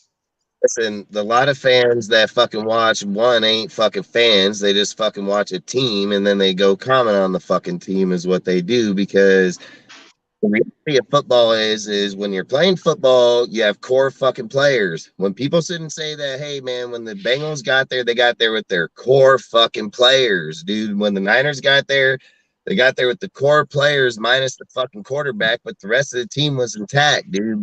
You're looking at Philadelphia with the core fucking players. You're looking at all these teams with core players, dude. Like, we're sitting here and we're fucking talking about the Raiders, where in game 3 of the season, guess what? Their core players were gone. They fucking were gone for fucking 8 games. For 8 games through that whole stretch of the fucking deal. So by the time they even come back in, they're in week 12. Like fucking week 12 of the season. 12, 13. They didn't even come back till like 15. So it's crazy. And then a lot of these fucking defensive guys, when they went out, they were gone. They were put on IR and shipped the fuck up out of this bitch. Back door, dude, like straight the fuck up. So sitting here being like, fuck, oh yeah, the reality is after game 3, that reality was gone. Like that shit was gone. That was a dream at that point, dude. Like that's the reality of it, dude. The reality was game 3, it was over with. And then from then on, they try to keep bringing in little pieces here, and there. We were playing UDFAs in multiple positions in defense, multiple cornerbacks, linebackers, multiple positions. Like that reality was over. And sit here and be like, well, fucking this, that. Yeah, I get it. When the team is full, it is. When the team ain't full, it ain't. The one thing I'll say, just to sort of circle back on Phylon, if that's what you guys are still talking about. The one thing I did want to mention about him is that, as I said right away when Cortez mentioned, is that he's what you call a locker room guy. He's not a guy when you think purely in terms of football. He's going to be an incredible contributor. He's not a guy that you want to lock up to a huge extent. He's not an elite player. What he is, though, is he's a guy who's a fan favorite. We know that, he went out like a warrior in that, super dramatic game against the Chargers last year. And so because of that, he endeared himself not only, to his fellow players, but to the fan base as a whole. So, to me, whether or not they were to re-sign him, which, like I said, from a locker room standpoint, they should, whether or not they do will really be a reflection on what kind of regime this is. Because if it is really like the soulless kind of like not fun to play football kind of brand that they're going for here, then I don't think they will re-sign him. But if they have some kind of a heart and they say like, this is a guy who I think could get other guys excited to play, want to go the extra mile or go the extra inch for, I think a guy like Darius Phylon, because I love him as a Raiders fan. Like I think he's great. I think he's got a great name, the whole thing. Just the kind of guy you want in the locker room. Sign him like a 1-year deal. See how it goes. Because to me, especially at the end of 2021, that playoff run that we made, there was like a soul and a heart to this team. Which first and foremost, it was great that they were winning and they made that push to the playoffs, because that's what any fan wants to see. Period. But it also felt like, there was some magic in the building. You know what I'm saying? Like there's something you can't really put a price on or really quantify, or from an X's and O's standpoint, really, really hammer down or really, really pinpoint. So for that reason, just same thing with Matt Collins, because Matt Collins, although statistically as a receiver and even as a special teams contributor, he had a great year. Just the way he is, you can tell he makes football fun. And you, like I said, you can't necessarily put a price on those kinds of guys. And at the end of the day, this is football. You're playing it professionally, but it is a game. And even your best players, they're supposed to be professionals about it, but they're all supposed to have fun. And that will also yield. That will also lead to success as well. So I would say that for those reasons, and those are big reasons to me, a guy like Darius Phylon should be re-signed. But I'm not, like I said, I'm not saying like, oh, this is an elite defensive lineman. He's going to be an all-pro defensive tackle. Like, I'm not saying any of that. I'm just saying, what? Raider. He'll never be a Raider again. They're not going to sign him. They brought him in. They tried him. He fucking didn't even pass physical. He went to Tampa Bay, tried there, didn't pass. Multiple teams didn't. Multiple teams passed on him. So, and people got to remember, the only reason Phylon even got brought back up is because Gruden brought him up, dude, about fucking a game about Arizona, and Mayock went out and got him and searched for him. Because if I remember right, he wasn't even in the league at that point, dude, and they fucking went and picked him up. So I think at the same time, like I said, that was a Gruden fucking fine right there, and that was a Gruden want. So We can't sit here and say, I said this the whole time. What works for Gruden does not work for Josh. Like, that is plain and simple. Like, what Gruden did and what Josh is doing, they're they're fucking exact opposites, dude. It's like white and black, and like, yeah, they're two totally opposites, dude, because this guy, he's gonna run his deal with his own fucking players, his own type of way, his own scheme. Where Gruden fucking didn't. He fit scheme people, dude. He put them in there. That's why I said Sean Payton made the most sense the whole entire time, and we just fucked the pooch on that. And if Josh can change it around and Ziegler can, and it fits, then good. I have no problem with them fixing it to their way. The problem is how are we going to do it their way? Is it we going Rodgers, or are we going to go for a quarterback? And are we staying at the 7, or are we going to trade? Like, there's a lot of fucking things that are going to go into there, dude. So to me, I don't think that Ziegler and them, I think Ziegler and them want pick for Derek, but at the same time, I mean, I've said it. Don't be surprised if they hold on to him past the 15th. They can still get $33 million by post June 1st. So are they getting 40? No, they're losing $7 million, but who gives a shit? I mean, it's still set fucking $33 million. So at the same time, I still think frickin' it's still feasible. But again, is there somebody going to want to give up that? Is somebody going to want to take on this contract, dude? Do you really even want to go through all of that? Or do you just say, hey, fuck it, let's cut him, let's go get our quarterback, and then let's build our team my way? I think if they were smart, they'd build the team their way, fucking from the start to the end, man. Like, if I was them, I'd build it their way. Break this fucking team down, rebuild it. You have the core structures, like you guys say. Well, why did they go sign Devontae? Why did they sign that? They got the core pieces. They have the core fucking pieces. They just need a motherfucking cornerback and a linebacker, dude. If they can get a core pieces and a corner and a linebacker, then, hey, we're going to be pretty far ahead of the game right there. I mean, offensively, they ranked the offensive line top 10 through the whole NFL. So I would call bullshit on it. But at the same time, like I said, if he had Rodgers back there, he would have got rid of the ball a lot of times. I said Carr had the ball for like 4.4, 4.5 seconds in some of them. Carr was getting rid of the ball with Gruden in 2.2, 2.3, 2.4 seconds. And Josh's, this motherfucker was holding on the ball at the 4-second mark. So there's a big difference of when he's getting rid of it, how long he's holding on to it, if he's waiting for a play to develop instead of giving him the ball ahead of the time and letting him develop. Like, that's what Gruden did, fucking, and whatever reason in Josh's scheme. And it showed there were hella times that Carr was back there for a minute. It's just like certain games when they had elite pass rushers, they can just tear down that line. But the same time, I mean, top 10's top 10. And if Rodgers was in there, that team would be way better. But again, I just don't think it'd be worth giving up the pick for Rodgers when we can just go get our own quarterback. I'm all for rebuilding. Like, I'm all for rebuilding with them. I don't give a fuck. So I want to see a young quarterback nobody knows, so then we don't have none of this bullshit Tom Brady, fucking Aaron Rodgers. We're gonna be in this debacle forever, dude. Like, 2 years he ain't winning, he's not winning Super. Just get your own quarterback, dude. You don't even know who this guy is, so you can't even talk shit on him until at least a whole year. So you know what I mean? Like, you don't hear it for a whole year. We hear this shit every time we go on lives, every time anybody goes live. Like, it's the same old bullshit, dude. It's like I said, I'm just up for rebuilding. Start over fresh, build them up with your core pieces.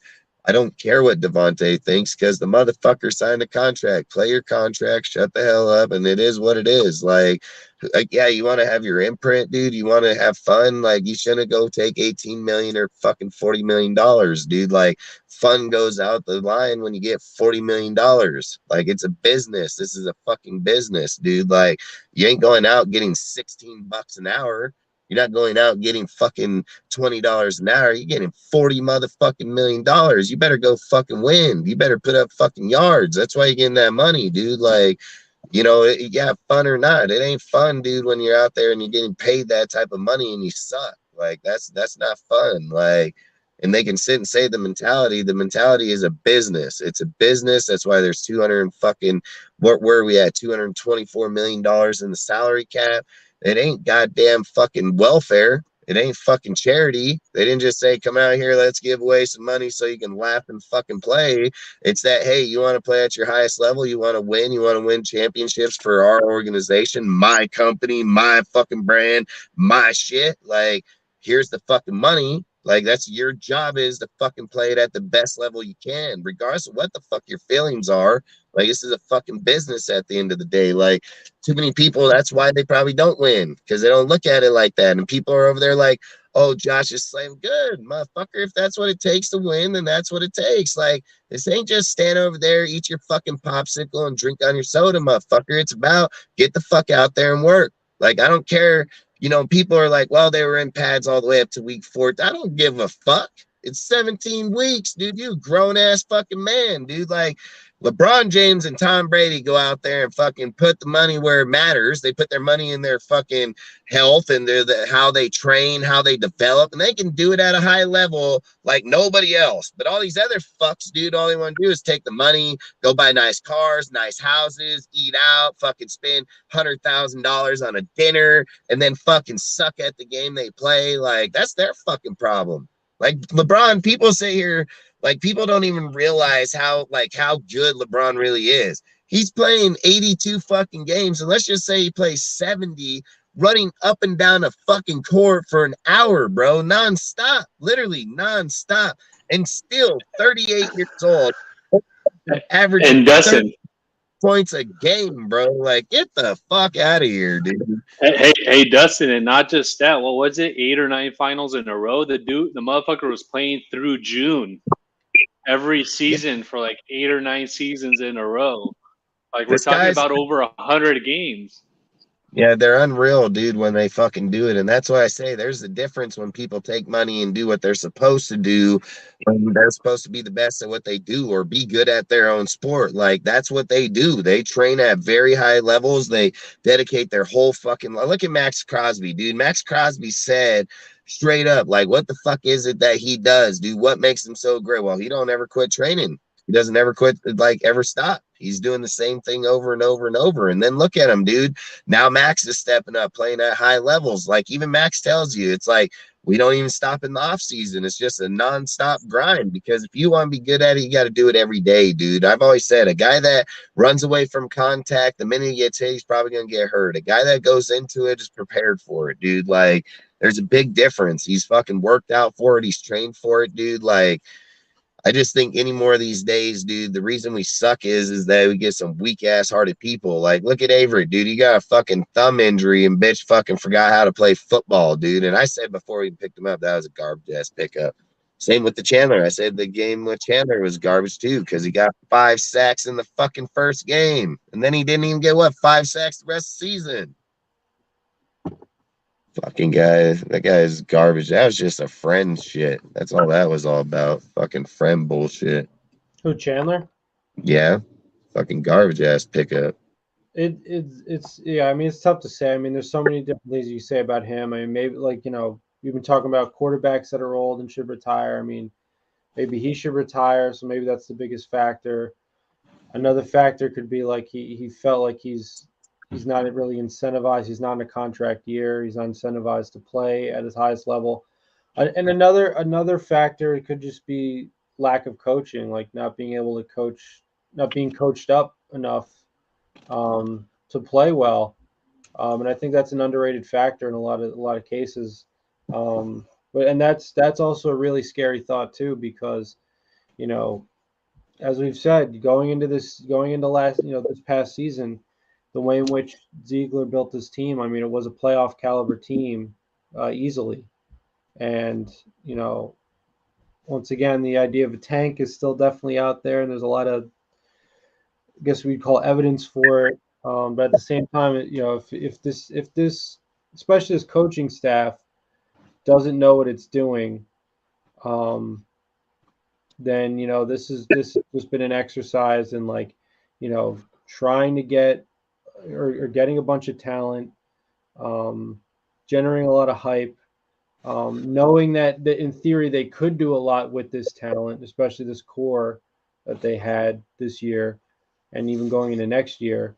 But when it comes to, in game, on field, coordinating and adjustment making and things of that nature. This coaching staff may very well simply not know what it's doing, as well as even in practice, like not emphasizing the right things in practice. Not generally promoting. They just got a real reality check this year. So I think when they came in here last year, like I said, they went out and got fucking Kaiser, fucking they got Michael Kaiser, fucking Frackwell, they got Ron, they got fucking Rakia, dude, they got Averett, dude, they got fucking numerous people. They went out and got Belai Nichols, they went out and picked up key pieces in here, like pretty good key pieces. And some of these, like what I think they really just got a reality of is like, I think that when you got so I think Chandler's going to be one that bites him in the end for a while, unless they get him to retire or restructure his contract, which I think he should restructure his contract, dude. I don't see why he wouldn't. But long story short is that I think what they're going to do is they're going to try to get more, like they're going to go for depth. I guarantee they're going to go for depth. So I can see him picking up players at the same position at equal value money and just two of them, like straight up, dude, that can play just as equally good. Because if you think about how they were in games, I think when we were looking at this, and the guy posted this just the other day, where we either won or lost by 7 points outside of 2 or 3 games of the whole season. So we either won or lost by 7 points for 11, 12 games. If I remember what they said. So if you sit there and look at those numbers and you think about it, that you're winning or losing by 7 points with the team that we had throughout the season, that's a fucking pretty big deal. And if you're saying that you go out there and you go get just a player for one that's at the linebacker position that is just as good as the backup, then if somebody takes a fall, you still have an equal person to replace it with, dude. Like where you're putting out so much money, like I say, like the $20 million for Jerome Payne. Why would you do that? If you can go find 2 $5 million players, or even what's his name from the Giants, dude, fucking Tomlinson, the fucking defensive tackle Tomlinson, you're gonna probably get him for like 10. Like you're picking up a good guy that eats up the space there. Is his name Jerome Payne? No, but he fucking still gets the job done pretty damn well, plays within the system, and you're able to take some of that money and put it somewhere else too. Like that's why I just think when people want to go put up so much money out into one individual dude at 25 million, you're just taking away from the rest of your team that way. You got to be able to spread up money where you can get equal value at the same position or a different position, dude, at the money wise, versus I get it. Like Max is your guy. You give him 25 million. You can't give everybody 25 million, dude. You can't do that. So it's not going to work. That's why I think that they're going to learn from this mistake, dude, where they're not going to fucking try to go back out there and spend hell of money to build up the spots in there or go make those picks. It's like the Ramsey, like I said earlier in the deal.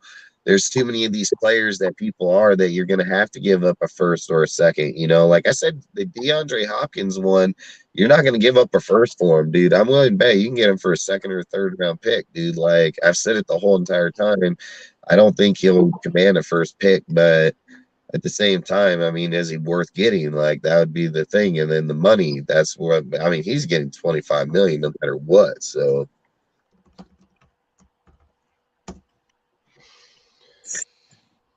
Yeah, it's just what I'm worried about here is and I guess Al's ghost.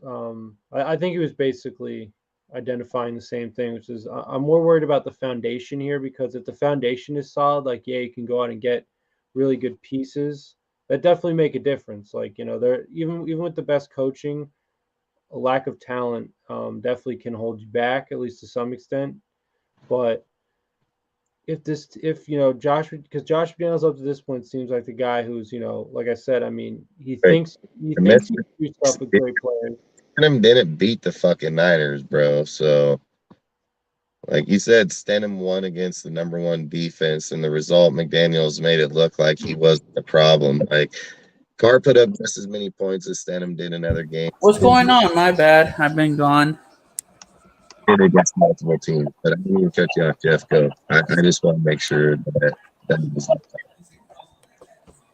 I just want to say, like, what worries me is it just seems like Josh McDaniels is the kind of guy who, like, he knows premium talent, and he's like been able to convince, especially Mark Davis, to open up the wallet to get that talent or to maintain that talent that they already had here.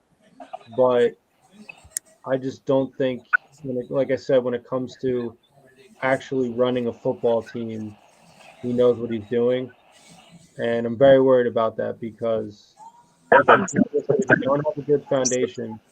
That's it. So look, I argued about him all year long.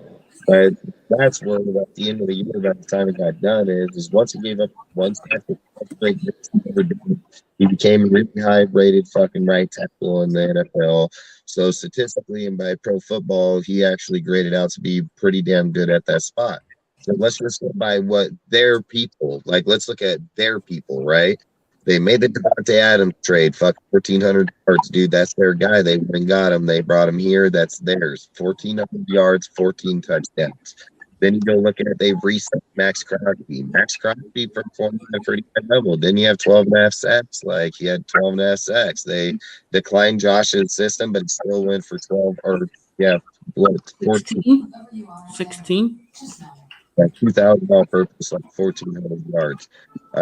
Then you're sitting there, look at the Rick in trade, dude. That's their guy. They went and got him. He fucking dominated over there all year. Only gave up one touchdown. Then you go look at the Duron Harmon. That's their pickup too. They brought him here. He is one of the best safeties we had all year long. Like, and wasn't he the one that had the most interceptions?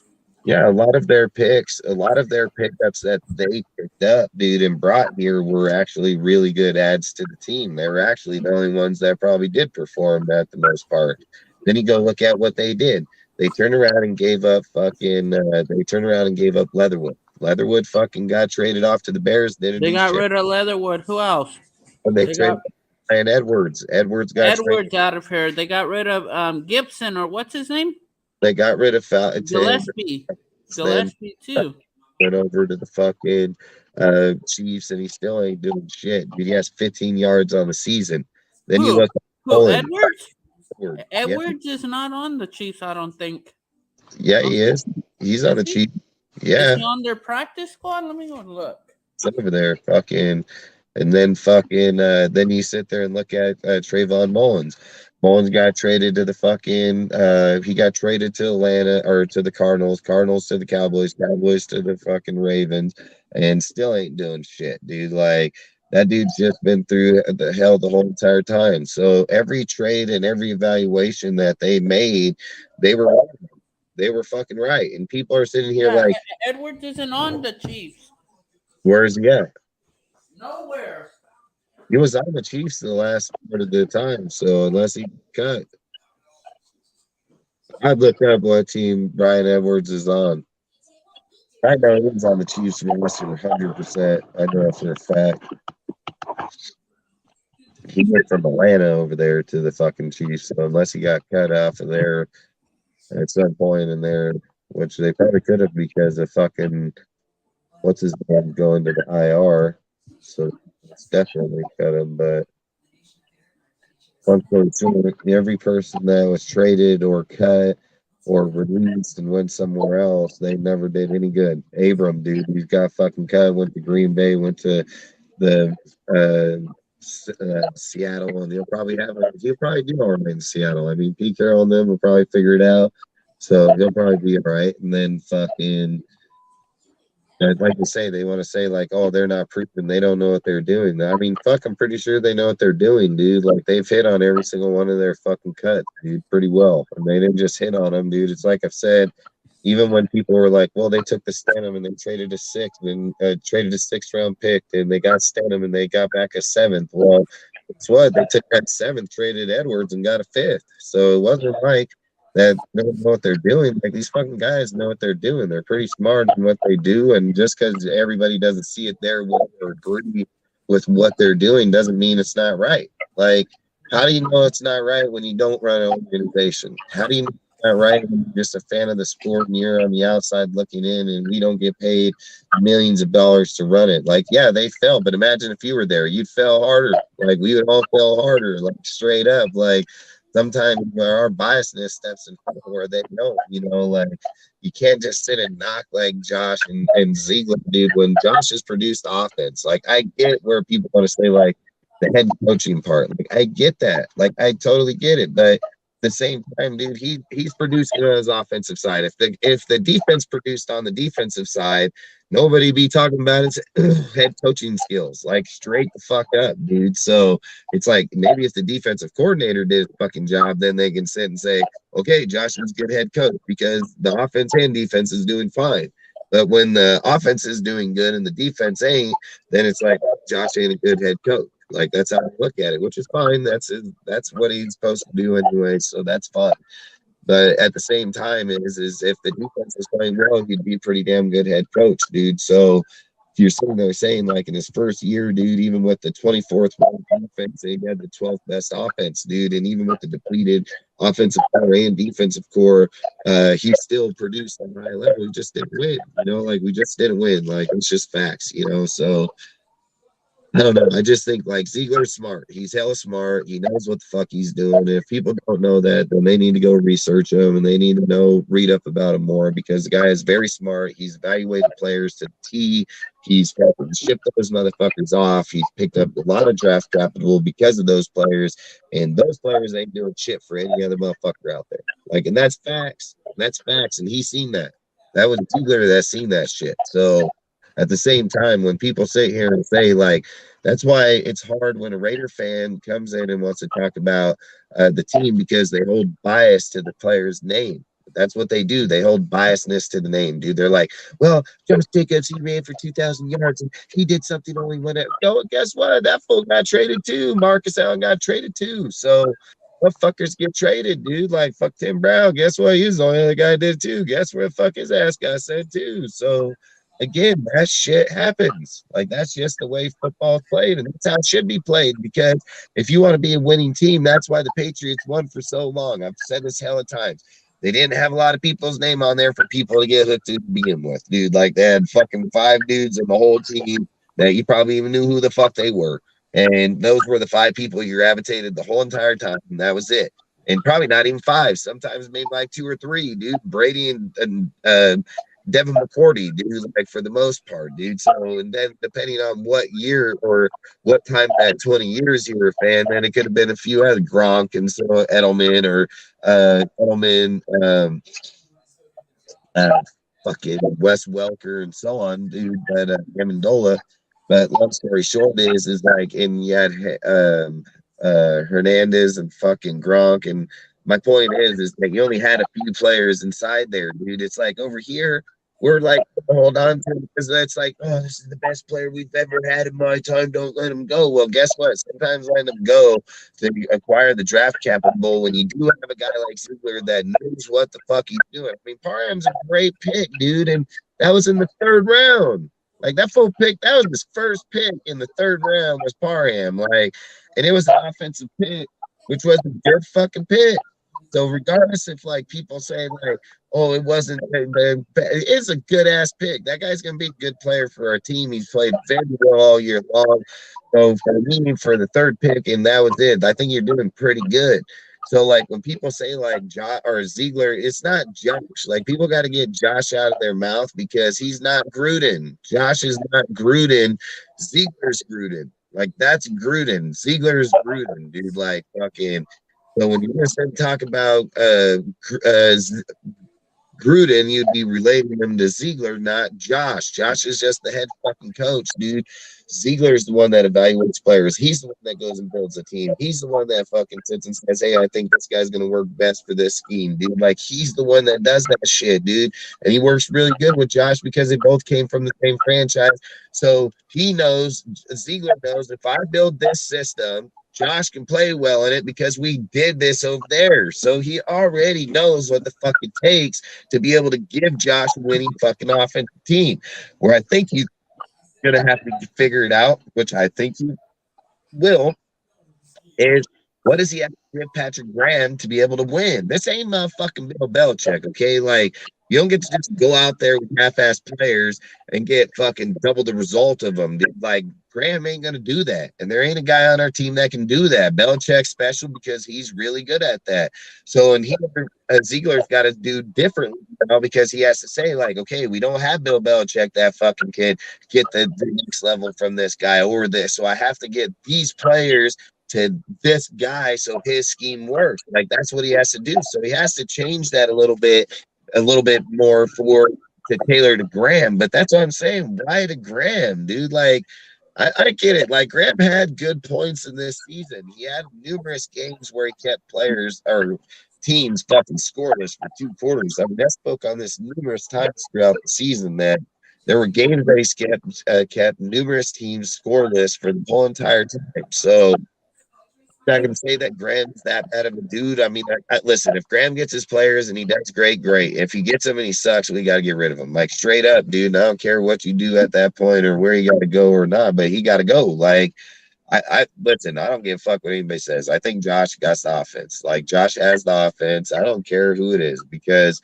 people keep saying, like, oh, well, if you go with Rodgers or if you go with this quarterback. The Stidham got 153 yards on 7 receptions to Devontae Adams for 2 touchdowns. I don't really give a fuck who the guy's name is throwing the ball to Devontae. If Devontae gets the ball in the open field on a good play, he's going to the house regardless of who the fuck is throwing it to him. Some's just going to give it better to him downfield and double coverage, and others ain't, dude. They're going to be like more like drags and post route, you know, but again, if you have Aaron Rodgers, he can probably get the shoulder fucking fade pass right down the front because that's what he does, and he's great at it. Where probably Stroud probably give you that shit too. So again, like I said, I just think it's going to depend. I think Devontae's going to get it with any person.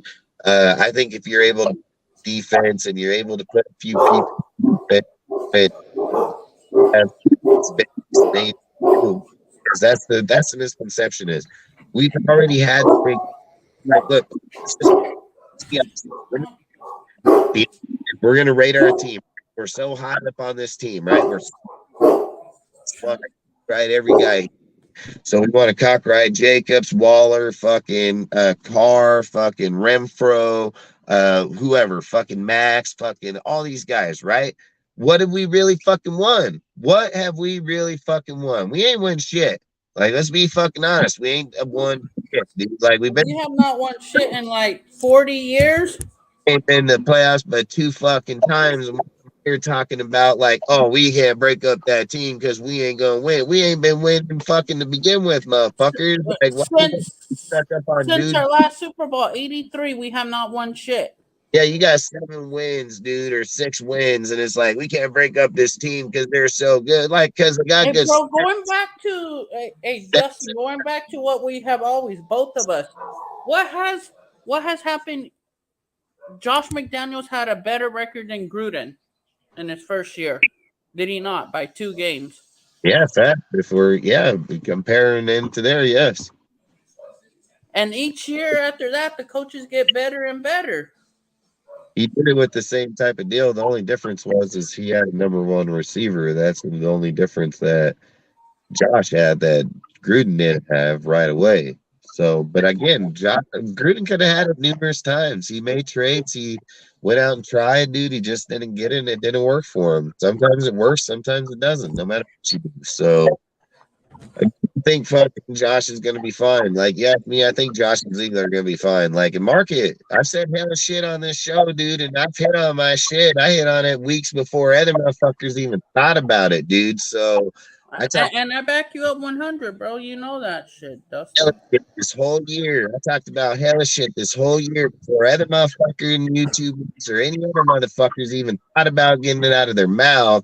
And I hit on that shit numerous times, dude, on multiple fucking stories throughout the year. Like I said, dude, I think if we're gonna fucking do it, I think they need to do it right and go with the rebuild with the team. People keep saying it's a rebuild. It's not, man. Like, you have your core fucking players. You're just putting pieces where they belong. Like, that's all you're doing, dude. Like, like I said, if you get a defense that goes from the 20th ranked to the 15th or fucking 10th ranked, and you get an offense that moves up from the, let's just say, the 8th ranked dude to the fucking 10th or 12th dude, and even out and you're a better winning team, then what the fuck does it matter, dude? Like, so many people just get stuck on individuals. They don't want to break it up, dude. Like, I sit here and look at it as a straight up, if you're straight up real life fucking Madden, all right? If you're sitting here thinking like, okay, I'm going to go get this team, I want to fucking put my system in it, but I want to do this legit, right? So you want to play Madden legit. You're not just turning off all trades, turning off all fucking salary cap, all this bullshit. You'd go and say, okay, I can take the Raiders because they have a lot of draft capital. You have Derek Carr, ship him off for some fucking draft caps. I got fucking Waller, ship him off for some draft caps. I got motherfucking Josh Jacobs, ship him off for some draft cap. Like, you have multiple players. You could even do it with Max if you wanted to. Ship off, get some draft cap. Like, you got a lot of players. You can move around and pick up a lot of fucking money, dude. A lot of money, dude. Like, then you can go out, pick up all the players that wanted through the other teams because you have the money legitimately. Well, that's in real life too. Like, the difference is that they can do it multiple different ways. When they go into this offseason, they can sit and say, okay, if we ship off, I think John said something earlier about Josh for fucking Payne, and that is an option. See, that is an option. That is an option, and they may want it. Like, they may want it. Josh is badass halfback, dude, and fucking and only going to be fucking 15 million, where they're going to be like, fuck, paying 20. You know what I mean? So it could probably work for them, and maybe they say, let's load up in the offense and see if we can win offensively because defense ain't been working for them. They've had badass defenses. They've had shitty ass offense. So maybe they want to switch it around. So yes, it's possibility, dude. Waller makes a possibility of trades for other players too. I've said it doesn't have to be necessarily for draft picks. Sometimes draft picks will hurt you because you get too many in 1 year's draft. Like, you don't want too many picks in 1 year because I think the value appreciation of it just starts to deplete itself because of the fact that when you're getting draft picks in certain spots, even like 13, I think 13 is too many, dude. Like, I think you'd want to package some up and move up forward to get better quality players instead of having 13 fucking players at the end that don't really matter, that are probably like, fuck, 5, 6 of them. Why not jump some of those picks and instead of having 13 picks, have fucking 8? Like 8 or 9, but you're getting 8 or 9 good players. You know what I mean? So that's what I would probably do, is more package up for the better players. So I have, like you say, the chance of hitting on them is more realistic. Where when you get into all those other ones, you're just picking up bodies, in my opinion. And sometimes you may get lucky. I mean, Brock Purdy type shit, but that's unrealistic, dude. Like, let's be real. It's happened one time, and again, Tom Brady, fucking, even if this kid ever did come out and was like that, like, this talking too big of windows, too big of odds that are in one team, 32 teams or per year, fucking at 270 picks. Like, it's just, again, your odds are just so far out and gone, it's not even realistic. At the same time, I just feel like if it was me, that's what I would do it. I would fucking go out there. I don't say like you have to go with trading up to go get Stroud. I'm not saying that. That's who I want. That's what I think would be realistic, and that's what I think would be what you should do. But they may just sit here and say, like, listen, these guys know what the fuck they're doing. Like, they already know. They're not over here waiting on us to answer their fucking questions. Like, you bet your ass they're not. Those fuckers knew the minute the season was over what the fuck they were doing. Like, they knew that they were going to ship Carr. They knew that the best chance is going to be out here before the 15th. They know that if they were able. But Carr fucked that whole thing up, dude. Carr went in to the Pro Bowl. He had a very good fucking showing in precision passing with nobody there. They're like, man, look at Carr. He's looking accurate. Looks pretty good. Look at how good a shape he is. Man, Carr looking hot, dude. Fucking look at this, blah, blah, blah, blah, blah, blah. Talking this motherfucker up. And then what happens? Peyton's like, oh, I'm going to wait the Carr till the fourth quarter, dude. Fucking come back, win this shit. Fucking put it on the line. This is what he's done.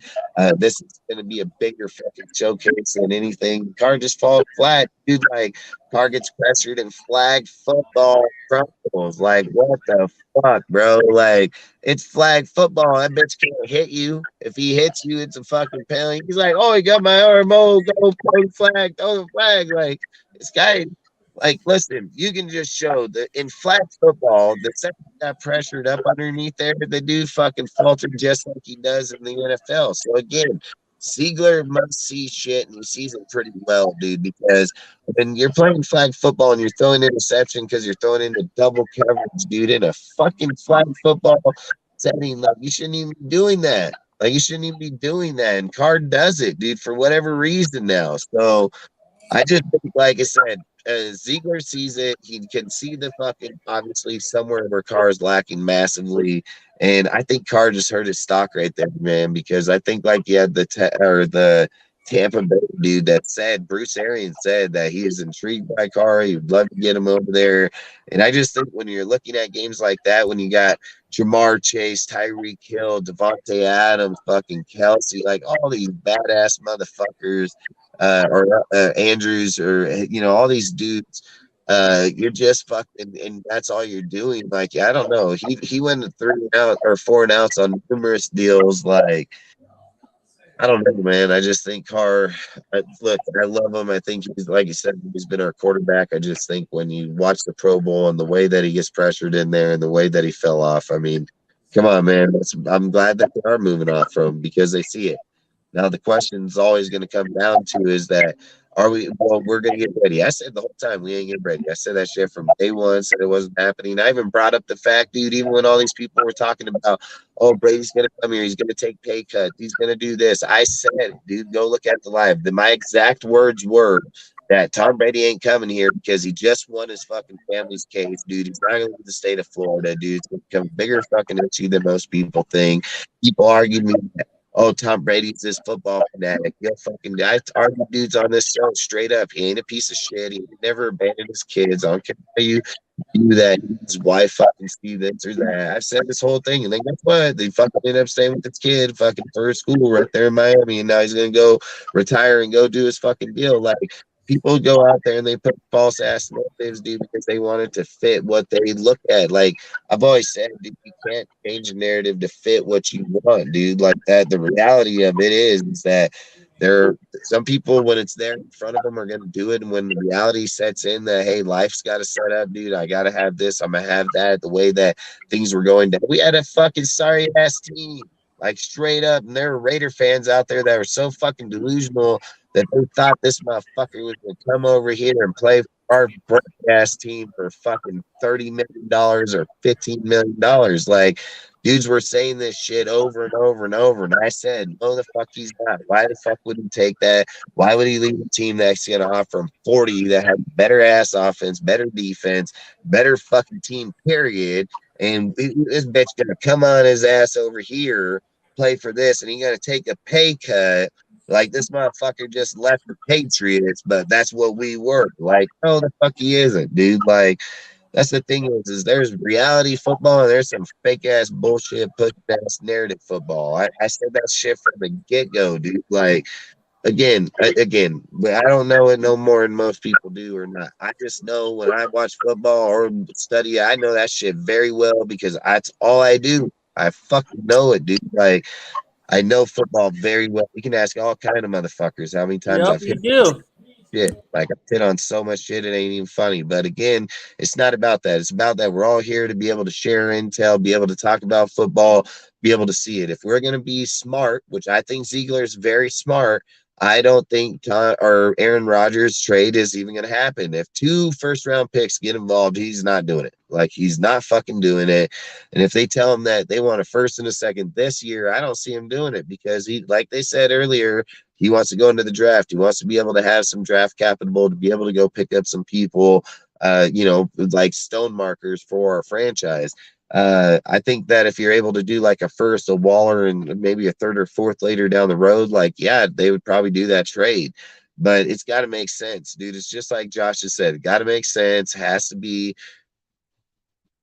reasonable for not only me, but both sides, So that's all I say is that you can't just sit here and keep putting names where it's like, we got to keep them. Listen, when people are sitting here saying like, why would you go and sign Waller to a 2-year fucking $26 or $51 million contract, 3 years, some shit like that, I think is what it is. And I say, well, fuck, it's actually a pretty good fucking contract. But listen, people don't look at it like this. Like the NBA does this shit all the time. They sign players, dude, at fucking certain costs, and then they trade their ass. That's what they do. They sign and trade. That's what they call it, sign and trade. So they sign them and then trade that motherfucker up out of there. Now, people sit here, and I've heard this numerous times. People balk on the fact that, oh, look at Waller. Waller got signed to this. He's getting elite money, and fucking who's going to want to take that contract? Oh, well, probably like 30 teams in the NFL take that contract because, again, when people speak on this, they must not know what the fuck they're talking about because Waller's getting paid $13 million a year. That's not even top fucking five tight end money, period. Like, you got dude over in the motherfucker. You got Kelsey, 15 million. You got dude in Cleveland, David, 15 motherfucking million. You got Waller here at 13. Like, that's a good fucking price. Motherfuckers will probably go swoop on that shit all day. That's probably like top anywhere between 5 and 8 money, you know? So if you're getting value at that at 13 million, that's a good fucking value at that position. That's crucial position in some fucking offenses in certain franchises. Like, that's pretty big. And if you're sitting there saying 13, that's a hell of an easy tradable contract. 13 million all day, like all day. So that's why I just think people are like, well, Renfro, his deal, motherfuckers, again, if you got Zay Jones over here making 10 or 12, you got Nelson Aguilar up here making 12, and you got motherfucking Christian Kirk over there making 21 mil, I'm pretty sure $15 million ain't bad. Like, it's not a bad contract. So when people are sitting here talking, they just must not know fucking what the hell they're talking about because those are actually pretty reasonable contracts and they're probably pretty tradable contracts. The only problem would be is how much is fully guaranteed, how much is owed, or how much is dead, what year can you trade them to be able to receive more back? Like, those would probably be the only problems there. But outside of there, they're good contracts. Like, that's why I just don't even get it, dude. Chandler's contract's not good. But again, it is, if you think about it, right? The way the contract was structured is if we were to cut him right now, we'd give him 34 million. But if he played out next year and cut him, then it's not even going to come close to it. It's not even be close. But let's be fair. 17.5 million for an average DN is actually good money. That's what they about make. Max is at a high paid 25 million. He's an elite. Then you're sitting there saying, okay, 10 million under, that would be at 15 million, dude, which Chandler's right around that, dude, 10 or $8 million. Go look at quarterbacks. Quarterbacks are rated at 50 million's elite, 40 million isn't. So, I mean, like I said, that window is $10 million, $12 million, regardless of how you want to look at it. So Chandler is probably paid right around where he should be paid. The thing is the contract, the reason it's bad is because it's the second year, how he has to be out into the third year. He has to be into the third year of the contract in order to be able to 86 him out. That's the only thing. Said, I think we're going to draft a 1-2 year vet QB to mold Stena or our newly drafted QB in the we need to build our O-line and D-line secondary. We should trade Jacobs, Waller, Carr, Renfro, and get draft picks for our players that are glued to Carr for success. I mean, like I said, I don't know about this veteran quarterback because who's the veteran quarterback? Like, this is what I've been asking everybody the whole time. Who is the veteran quarterback going to be? Rodgers ain't going to come here and train any fucking buddy. Stenham should already know it. Motherfucker been in the system for 5 years now, so I don't think he needs any motherfucker to groom him. And he probably knows the system better than Aaron Rodgers is going to know, period. So I think if it was me, I would go with Stenham and draft a quarterback. Like, that's probably what I would do because the difference about Stenham is Stenham's a vulnerable player. Stenham isn't like Rodgers where it's like me type mentality, where Stenham is like, hey, I'll help you and teach you because I don't know if I'm a fucking job after next year. And I do know it, and I know I can train you and help you. So he becomes more valuable to the team as an asset of development. Where you get Rodgers, it's like, yeah, fuck you. It's all about me. Like, he don't give a fuck about your development, just as fucking Jordan Love. So again, if Rodgers was developing Jordan Love, like again, we got to get over this narrative that quarterbacks are developing the backup quarterbacks. Like that's not how it works, dude. The quarterback coach is the one that develops the quarterbacks, dude. Like that's a motherfucker that does it. Like the reason Andy Reid's so good with quarterbacks because he develops quarterbacks. Like he was quarterback coach, he knows how to develop them. That's why John Gruden knows how to do it. That's why Josh does it. It wasn't Belichick over there that was like, oh, I'm this defensive guru, but I'm gonna develop these 3 quarterbacks over here too. Like, no, it was Josh fucking McDaniels that developed those quarterbacks. So again, like it's the quarterback coach that developed them, like playing behind Brady, playing behind fucking Rodgers. If you're good evaluator as like Jordan Love, if he can evaluate well, then he'll probably have success. But if he doesn't evaluate well and then be able to translate to his skill, then it doesn't matter what the fuck he does. Like Brady and them ain't going over there and telling him like, this is how you do it and throw it like this, or when you see this, do that, because that's his job. That's his fucking job. And if this guy does it better than him, he's going to get that job. And maybe this guy lacks one key part that fucking they see. Why would they tell him that? So they lose their job. So me personally, I just think, like I said, I think the narrative of, listen, Tom Brady with Kyle Trask sucks dick. Jordan Love with fucking Rodgers sucks dick. So I don't know where the hell we get the narrative of these quarterbacks are going to develop these other ones, because they ain't. They're not developing shit. So I think Stidham would be the ideal to be able to start with going in, because one, like I said, he knows the system. I think Stidham could win. I mean, I really do believe Stidham could win. That's why I would trade up for Stroud and fucking sit him for a year, and then fucking I'd do like 2-year 14 million, 2-year 20 million for Stidham, like somewhere between 14 and 20 million, dude. 7 and 20. I know he's getting paid like 1 or 2 million, so maybe 5 to 8. So let's just say 5 to 8 million.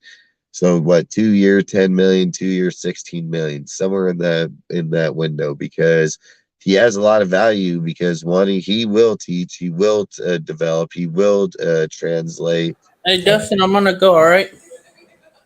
Yeah, there you go. Let's end this so we could do. You want to talk your topic real quick or what? Man, bro, what topic? Hey, you got fucking 3 of them over here. Do the Derek Carr one so I could just slam him around. You said topic is about Rodgers telling the agent Jacobs playing on the franchise tag. And but we already went over that. Telling agents that he wanted to be greater. No, the one that I have, I think it was. Let me look. It's right there. I just said it is about Rodgers telling his agent. No, not that one. Talked about that one already. Carr did good at his position. No. That one. And then he folded in the flag football game. Like,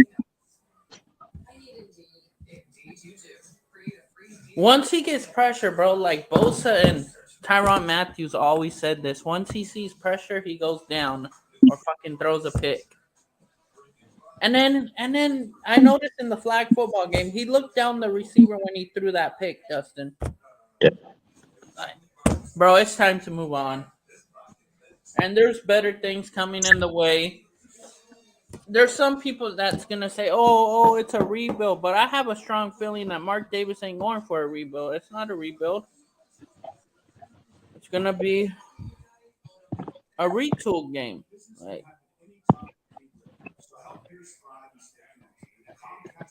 dude, that's like I said, they can retool this team easily, dude. I mean, if people look at the way that they've built the teams in the past or studied the other teams that they've defenses off less money easily. So I think, like I said, they can easily break this team down. There's good people in the draft. There's good people in free agency.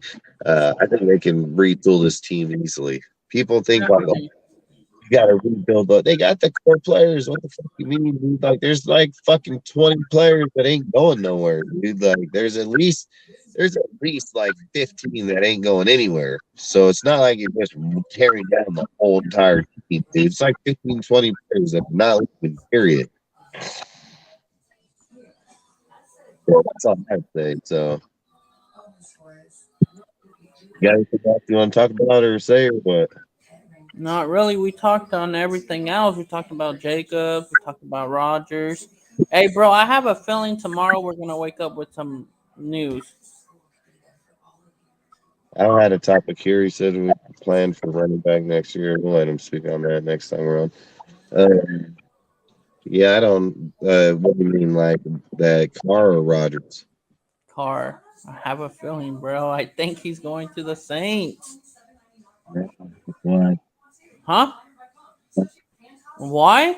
I just have that feeling that we're gonna get a trade in. Yeah, but why did he go to the Saints? Huh?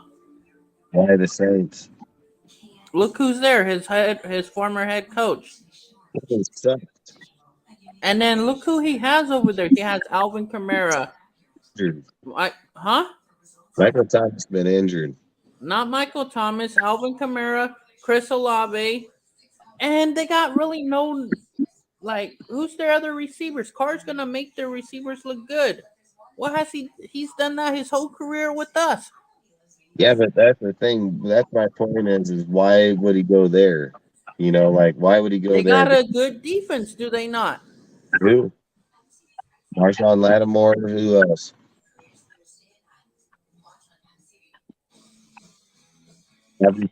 Who else? That's my point is you can go to Tampa, you're getting Evans, Godwin, fucking Gage, Miller, Oten, Bates. Then you're going to go defense, dude. I mean, you got fucking badass safety. You got pretty good linebackers. You got good DNs. Like, you got good players around that whole team. They were the 8th overall ranked defense in the whole NFL. So it's like, that's why I'm just saying, like, why the Saints? The Saints don't make sense, dude. Mike Evans was injured, or Michael Thomas was injured for most of the year. Chris Olave's good. Nobody's going to argue that, dude. But there's still so many. Then you got Taysom Hill over there, dude, that intertwines inside the play. That's not Derek Carr's format. Like, Derek Carr don't do that shit.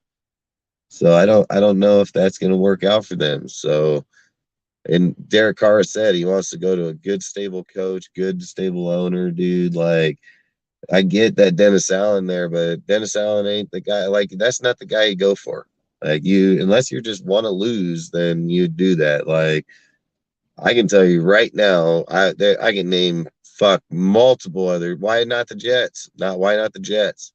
Why not Carolina? Now, why not fucking Tampa Bay? Why not fucking send me the motherfucking Redskins even then? Like, I don't know if I'd be saying the Saints. I don't think the Saints is a good team. Fuck, send me to the Falcons. Fuck, I'd rather go to the Falcons probably.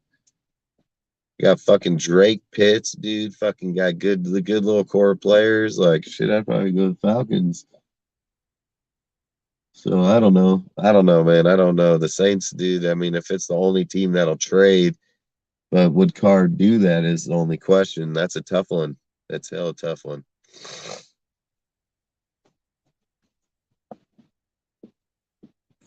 Yeah, I don't know. I don't know about it, man.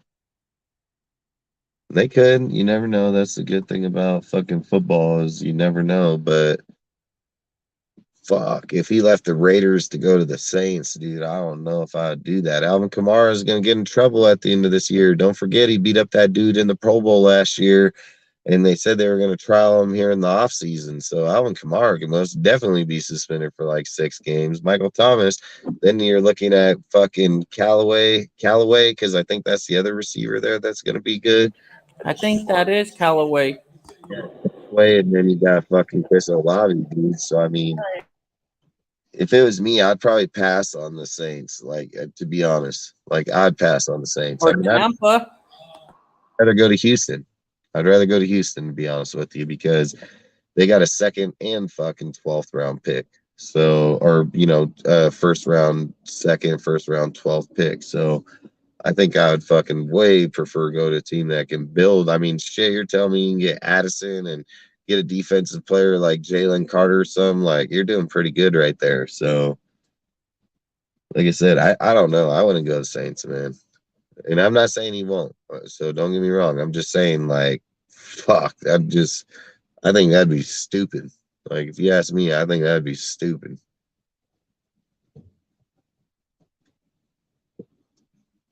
Yeah, I think frickin' there's just way too many other teams that are better owned, better, all of it. So, and again, like Ziegler better get his shit together and start fucking pushing for it. And if he doesn't, then it is what it is. I mean, I just want to see him cut him because that's going to be ballsy as fuck, dude. Like, if he cuts him, like Ziegler, people better just start fucking talking the real shit about Ziegler because Ziegler would be a savage. Like, you're not safe no matter what the fuck your name is, no matter who you are, that bitch will cut your fucking ass, like, straight up. So in one way, it's like fucking, yeah, people think like, oh, this would be the dumbest fucking move. And the other way, he's like, I don't give a fuck who you are. Care what your fucking name is, what you do. If we feel you don't fit us or we feel we can't trade you, then we'll cut your sorry ass. Like, and that speaks a lot in my opinion. Like, I think that speaks a lot in my opinion because, like I said, dude, he don't care. He's not give a fuck. And I've said it, dude, just before we started talking about this. I named every player that he cut this year or traded this year, and every one of them had dropped off in production massively. So if he's willing to make that fucking same choice with Carr, he must know something about him. He must know something that's about to happen. Like, I'm not saying this dude's a fucking fortune teller or not, but he obviously sees shit other people don't. So if he's willing to literally just trade this dude or cut this dude on the 15th, which I keep saying, like, I don't see that happening. Like, I don't care. I don't see that happening. Like, I think that they'll probably hold on to him to post June and take 33 million instead of 40. But like, I just don't see, you can't cut Carr like that. Like, you just look like a dumbass, but it is what it is. And I know like hella people got in their feelings, like hella people are in their feelings about this. They're like, oh, fuck Carr trade. Yeah, you're dumb. You should don't even talk about football. Like, don't talk football because in reality is you want to get as much draft capital for any motherfucking player that plays for us, regardless of what the fuck his name is, period, or what position or what he's done. You want to get fucking trade value for every single possibility or possible player that's on the team that we're getting rid of. So bottom fucking line is that you would want to get something for him. And I've said this the whole time. I said if he doesn't extend if he doesn't extend the cutoff date for the fucking deal, then he doesn't want to be traded. And he didn't fucking want it. Now they're pushing it. Then it's sitting here like Carr's like, okay, if I just get past the 15th, dude, I'm guaranteed $34 million. And they're sitting here saying like, okay, fuck, you get past the 15th, we have to fully guarantee it, but we can't find a trade partner by post June 1st and still move off. We're just gonna eat fucking $7 million. So instead of it being 5.6, it's like 7.8. So long story short is they probably want to keep as much money as possible. But again, like, I'm not cutting them. Like, I'll tell you right now, I'm not cutting that fool. Like, I don't give a fuck, dude. Like, I'm going to give him the $34 million and I'm going to find a trade partner because I've said this. Carr's highest trade value is going to be on draft night, dude. Like, all these people have these plans, right? All these guys have these plans. They got these boards. They're sitting here saying like, oh, we're going to get up in here. We're going to trade. We got this package. Oh, we're going to hit up this team. And man, people's dreams get broke all the time. People's dreams get broke all the fucking time, dude. People that plan for that shit is like, yeah, best case scenario. But I said Derek Carr is going to get a first round pick, dude. When motherfuckers are sitting there on the board, sitting there saying like, damn, we just missed on our top 3, top 4 quarterbacks. This team's sitting here saying like, damn, we were just a quarterback away. oh fuck, we need Derek Carr now. Bam, guess what? Carr becomes the most highest paid player right here because one, Rodgers and them ain't doing it, dude. He only wants to go to choice people. Then he got fucking Brady that's retired. Like I said, who the fuck is better than them two? So outside of that, Carr, I think Carr is the best one out there outside of Rodgers. So there's not even a fucking argument for me. So to me, like I said, I think Carr becomes way more valuable on draft night. Way, way more valuable. So again, I think if they were smart, they would hold on to him and give him the money, trade him on somewhere around draft time because all these guys, like, this is why I said what makes it so hard about trading in the mid-season when it comes to like the trade deadline, and people are like, well, why aren't you making moves and how come you're not trading and why aren't you trading? Because only certain teams need certain type of players. Like, only teams that are gearing up to go to make playoff runs need certain players to get to that point. So if you have that player that they're looking for, yeah, maybe a good commodity and maybe a high sought after deal. But to other teams, they're like, well, we don't need that guy. So why would we trade for him right now? Because we're not going to fucking win. So it doesn't even matter. So they won't make the trade. But when you get to the off season, and then now that the team's like, okay, we got to rebuild, we're going a whole different way, this, that, and the other, then that player becomes more valuable now. So like I said, it just depends on when and where they're trying to make the trades at. So I get people put a value because you're biased as hell. That's facts. I mean, it's just like I said, there's a lot of fucking fans out here that are just dumb educated in the sports, dude, period.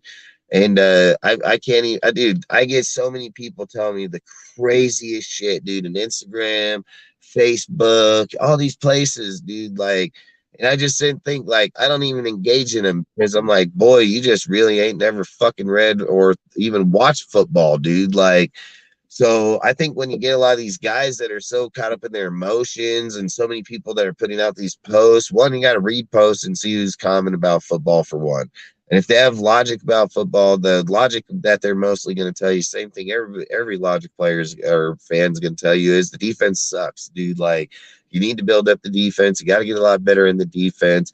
The offense is pretty much over there. You just got to add a few more players to it, dude. And any guy that tells you like, oh, we don't need to put a wide receiver there, we just need to focus on defense, you're dumb. You're just fucking stupid. Like, that's why you shouldn't be talking about football and you shouldn't be evaluating football because, one, you need a fucking quarterback or a wide receiver, and you're probably going to need another fucking tight end too. So to sit and say that, oh, we should only draft defense, well, that's another stupid ass fucking deal to say again because, one, you can't just draft defense because why? Well, I'll tell you why. Because the draft value at every one of our picks is not going to be a defensive player. It's not going to be a defensive player. It may be an offensive fucking player. It could be a goddamn offensive lineman. It could be a receiver, tight end, halfback. It ain't going to be a defensive fucking player. So then if you're looking at that, you might be taking a player that's fucking 10, 15 spots down. Defense to get that. You're dumbass motherfucking drafter. You probably shouldn't even be drafting. Shouldn't even be trying to manage a team. So any guy that says, oh, we need to just draft defense in the draft, you shouldn't even be talking about football, dude. Like, you shouldn't even be talking about it. You shouldn't be giving anybody information on it because that's unrealistic as fuck. It can't happen, dude. Like, you try to go get veteran pieces in the free agent, put them in, draft to fill it out, dude. Like, that's what you're doing, dude. That's how it's supposed to be built, dude. And then you're going to get another free agency going into the beginning of the year and so on from players being cut and other things. So, like, again, so that's how you build in your team. To sit and be like, oh, just draft defense. Like, yeah, whatever. Fucking, I hate even having conversations with those type of people because you have to be logic. The offense is not just this gunning ass smoking fucking offense, dude. Like, the offense is not 100% just all there, dude. The offense still needs a receiver, still needs a true number fucking two. Like, the offense still has to be able to. What happened? I gotta go roll me up. What? I'm about to roll up a joint. Yeah, I just think, like I said, we have a lot of places to build offense and defensively. So it's not just one side, both sides. So that's just, like I said, we got a lot of place to go and not a lot of money to do it with. I've said this even when people kept talking about the Brady fucking bullshit. I said it doesn't make sense that you're going to cut a player for $34 million and just go give that money to some other motherfucker and act like we're going to build our defense. Like, I mean, I'm not fucking dumb. I'm very, very fucking smart when it comes to numbers. I'm very smart when it comes to fucking any type of fucking math. I think that, especially, I do this for a living, dude. Like, so to sit here and be like, oh, we're just going to cut $34 million, go give it to this guy and still build, you're delusional as fuck, dude. Like, you're so smoking shit, it ain't even funny. So that's why I said the Rodgers deal don't make sense.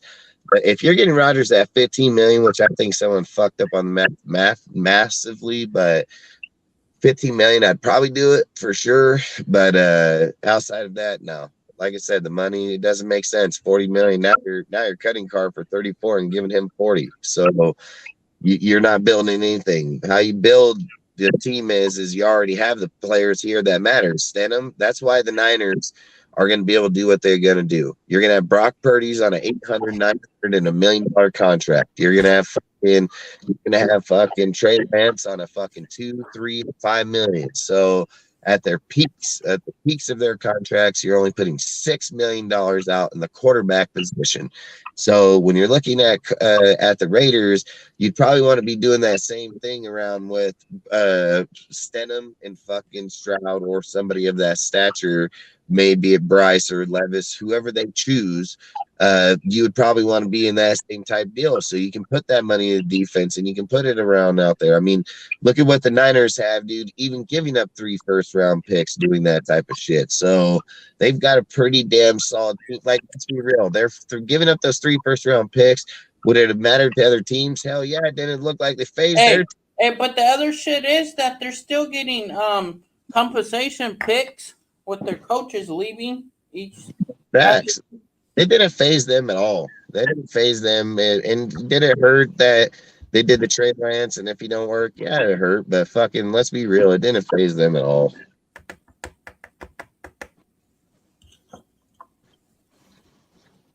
But I don't know. Fucking, you want to talk about something now or what?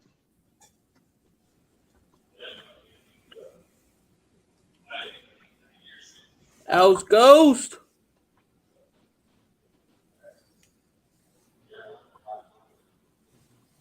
I think he's doing something. But I don't know. I just love football, dude. I love my team. I love to be a fair evaluator of our team. You can ask Cortez. You can ask all these guys. They'll call me up. They'll tell me things, and I just be honest, man. I'm honest as fuck about it. I don't fly off from it or not because I believe in what could be. Like, that's what I believe is where we could be. I don't believe in all these fantasized deals. Like, yeah, if you go to the Instagram and so on, but it's a rumor. That's what it is, and it says what do you guys think? It's not what I'm telling you. It's not what I think. I just put out questions to see where people gauge where we should be offensively, defensively.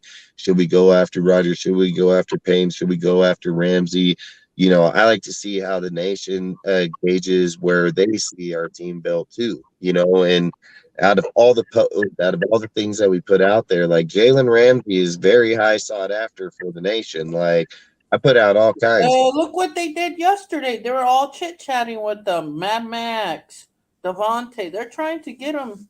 I put out that post on Jalen Ramsey on January 15th or 16th, and that thing's over like 4,500 likes already. Like, listen, I put out all kind of posts on Rodgers, Carr, Payne, fucking all kind of players, everything. I mean, and that post is just, it won't even stop. I told them all today. I'm like, dude, that post is like 100 likes per day easily, nonstop.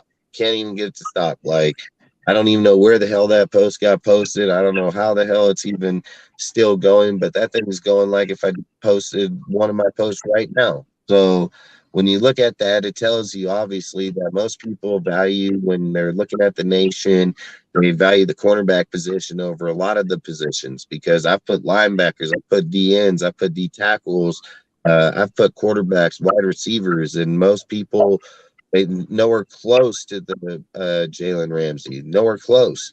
So again, like I said, like some people, when you're putting it out there, it just shows where people the nation are putting their attention to? Are they putting it towards linebacker like a lot of us here on YouTube are talking about?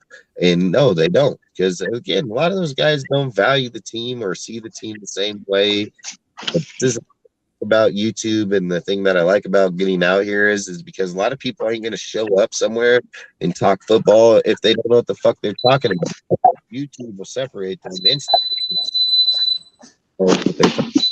Well, shit, how goes your cooking, bro? About to put shit down. Oh, bro.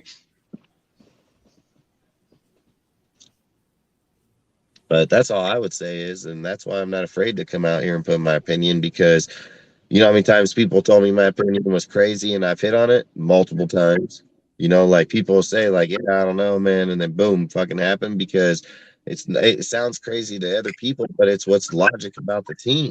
Like, that's what I say. It's not about, they don't look at it like when people are sitting here saying like, well, they need to have fun. They're not having fun. Motherfucker getting paid $18 million. You better fuck go do your shit, have fun later. Like, you can have fun in the off season. Like, you ain't getting fucking paid $18 million to have fun. Like, so guys, the guy here and talks about running or working out, dude, and he's fucking mad that bitch, you getting paid millions of dollars, dude. Like, you're not just getting paid the annual salary. Dude, listen, most people got to go to work for 300 fucking, let's just say, 350 days a year for fucking $50,000. This motherfuckers go for 17 weeks. So let's say 17 weeks, so 20. So what is that for? Let's just say 6 months, and they're making fucking $20 million.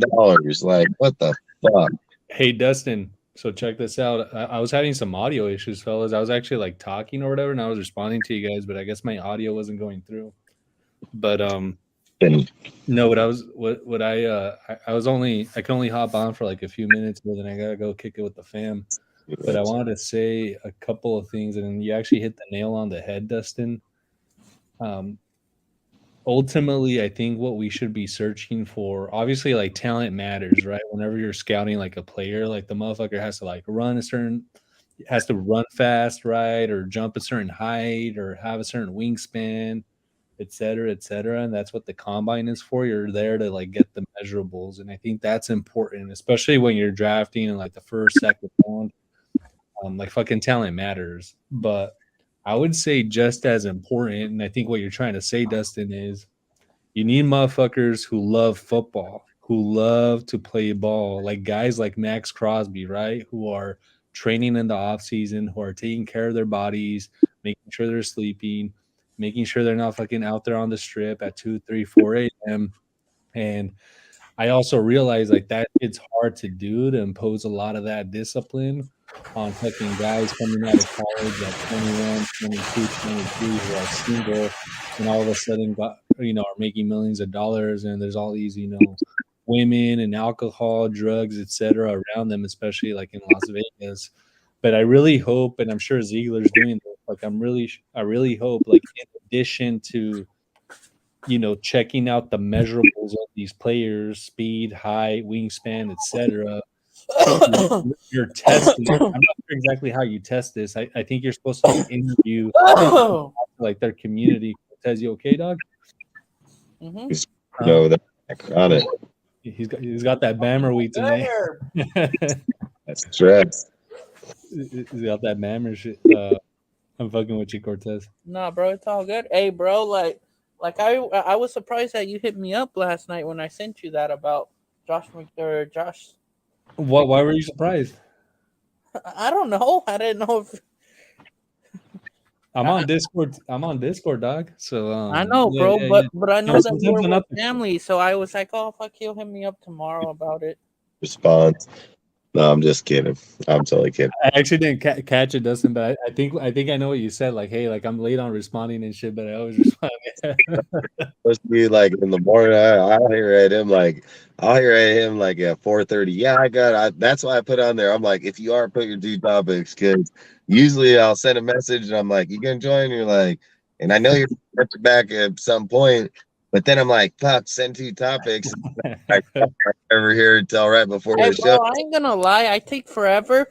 But fucking this morning I came up with 3 real quick, and I turned them in. So Dustin, I know you sent me your number via Discord. I'm just gonna text you later on. So you have this. I'm quicker on my cell phone, dog. So like, I'm just gonna text you. I'm gonna tell you that too. I'm like, dude, just have my number so I can message you. It'd be easier. Yeah, bro. Yeah. I'll give you my number too. I'll hit you up on this.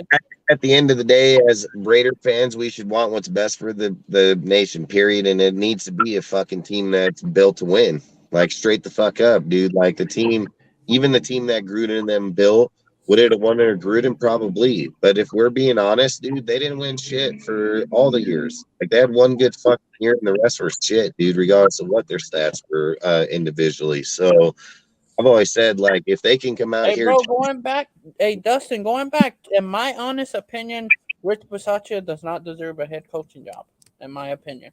I mean, it's dude. It's Gruden's team. This team shambled. Yeah, even bro. And what was I gonna say? The guy. Said, what's the only coach in NFL right now that's a special teams that's a head coach? There's only one right now. John Harbaugh.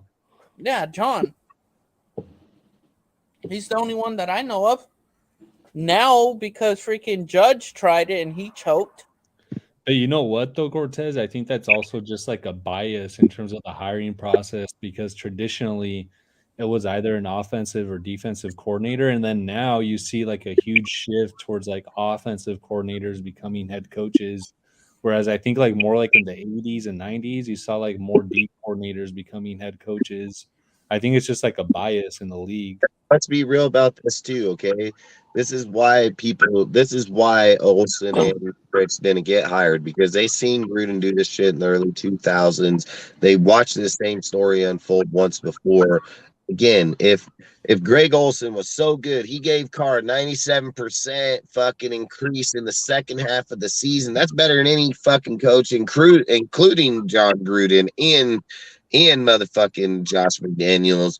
So why in the fuck didn't he get a offensive coordinator job? How come he went back to the Rams, got a fucking same damn thing? A senior advisor or some shit. And then right after the end of the year, when they're gonna get rid, what did they do? They went and got LaFleur, dude. So again, it just LaFleur, isn't it? It's not about them, dude. And listen, I like Rich; he's a good dude. But if you're delusional as fuck, dude, if you think that, this guy went out there, no, he did not. He just ran John Gruden's plays. Those were his book, his playbook. Nothing changed. That was his team. That was John's team. That's all they did. They just had to manage what John built, dude, over those 4 years, dude. And I bet anything, Dustin, I bet you anything, Gruden was still talking to each one of them, giving them game plans and shit. Or go out drinking, and he didn't have Arnett fucking pulling guns and fucking talking shit, dude. So Gruden held the team together just goddamn fine, dude. So if you can turn and say that everybody loved Rich and all, why did they go do that shit right at the break? Why did they crumble right at the fucking break, dude? Like, they never did that on John's watch one fucking time. And I've said this a bunch of times. There's one thing about being nice and loved by players, and there's one thing be fucking loved and hated at the same time. I'd rather be the love and hated guy, because when I need to tell you when you're fucking up, then I'm gonna tell you, where they're gonna try to be your buddy. It's not about, look, this buddy shit gotta end, dude, because this is why we're weak, dude. It's too many people are out there trying to make it, my friend, you're from motherfucker. This is a business. You went through college, dude. You fucking got to this point to be the best of the best, dude. And now you want to sit here and hold hands and be friends? Like, no, I want to come out here. I want to play my fucking 4 or 5 years, dude. I want to get my master contract or max contract, however the fuck it is. And I want to go win fucking games and win records, because that's what it's supposed to be about. It's cool that you can have friends and so on. But listen, Devontae's got to be the perfect example. He advocated to come here for Carr the whole entire time. He's advocating for fucking Aaron Rodgers the second his buddy's ousted. The second his buddy's ousted, this dude advocating for the next guy, his same guy back. The same. Dude, so Dustin, on that point, not sure if you saw during the whole Pro Bowl, like flag football shit, which I didn't really watch, by the way, but like they were interviewing Davante Adams on the sideline, and they were asking Davante Adams about Aaron Rodgers, and he said, like, I want him here. And like literally right behind him, like Derek Carr like ran by and like tapped him on the shoulder just to say what's up. But he was like literally like talking about Aaron Rodgers as like Derek Carr walked like right behind him. Hey, bro, no disrespect. He said No, nothing like that. He's like, Carr's still gonna be my brother regardless. I'm still. He did say that, but then he said he was advocating for like Aaron Rodgers. I just think it's kind of weird, though, bro. It doesn't matter, bro. Or like it's a business. Like Devontae. Hey, listen, Devontae got paid, came over here and produced. That's what he did. And with his 1 year with Carr, look what he did with Carr. Had 12 touchdowns. Yeah, Cortez. But this is my thing. My thing, fellas. I'm actually like concerned when you have like these GM or these players who get these like quasi GM powers, you know, like it's like very problematic when you have these players. I seen Devontae when he was younger, bro, in college. He's power in here, dude. Like, will they listen to him and see what he said? Yeah, but at the end of the day, just like you told Josh, when it comes through the end of the day, it comes through my desk. I'm the last one that answers on it. And I'm pretty sure they're not building their fucking franchise off of Devontae Adams. Nah, hell no, bro. They gotta even at $40 million, Devontae Adams still a pawn in their franchise, bro. That's it. He's just a fucking pawn. That's true. Yeah, he's just a fucking. Bro, he's just right now to get us over what we need to do. Like, it's the fact that Devontae ain't going nowhere. He's here now, and Devontae. Yeah, he's here for good. He is not going to go back to Green Bay. Deal, because they're like, oh, I want to do bad. So they're gonna make sure you do just fine. The thing is you're here for 5 years, bro. Like 4 more. Hey, Dustin, I want to bring up something. Period. So over the weekend, I sent you this, Dustin. Over the weekend, a running back in the NFL, he was on a practice squad with the Chargers, I believe. I think the Rams actually. He was and then got picked up, so got signed to their active roster. This guy hit almost $500,000 at a casino just playing 3-card poker. Yeah. Bro, yeah. And the crazy thing is, I got to see him play too at Fresno State. He's from Fresno State, but he's originally from the LA area. So he jumped around because this was his rookie year. So he jumped around.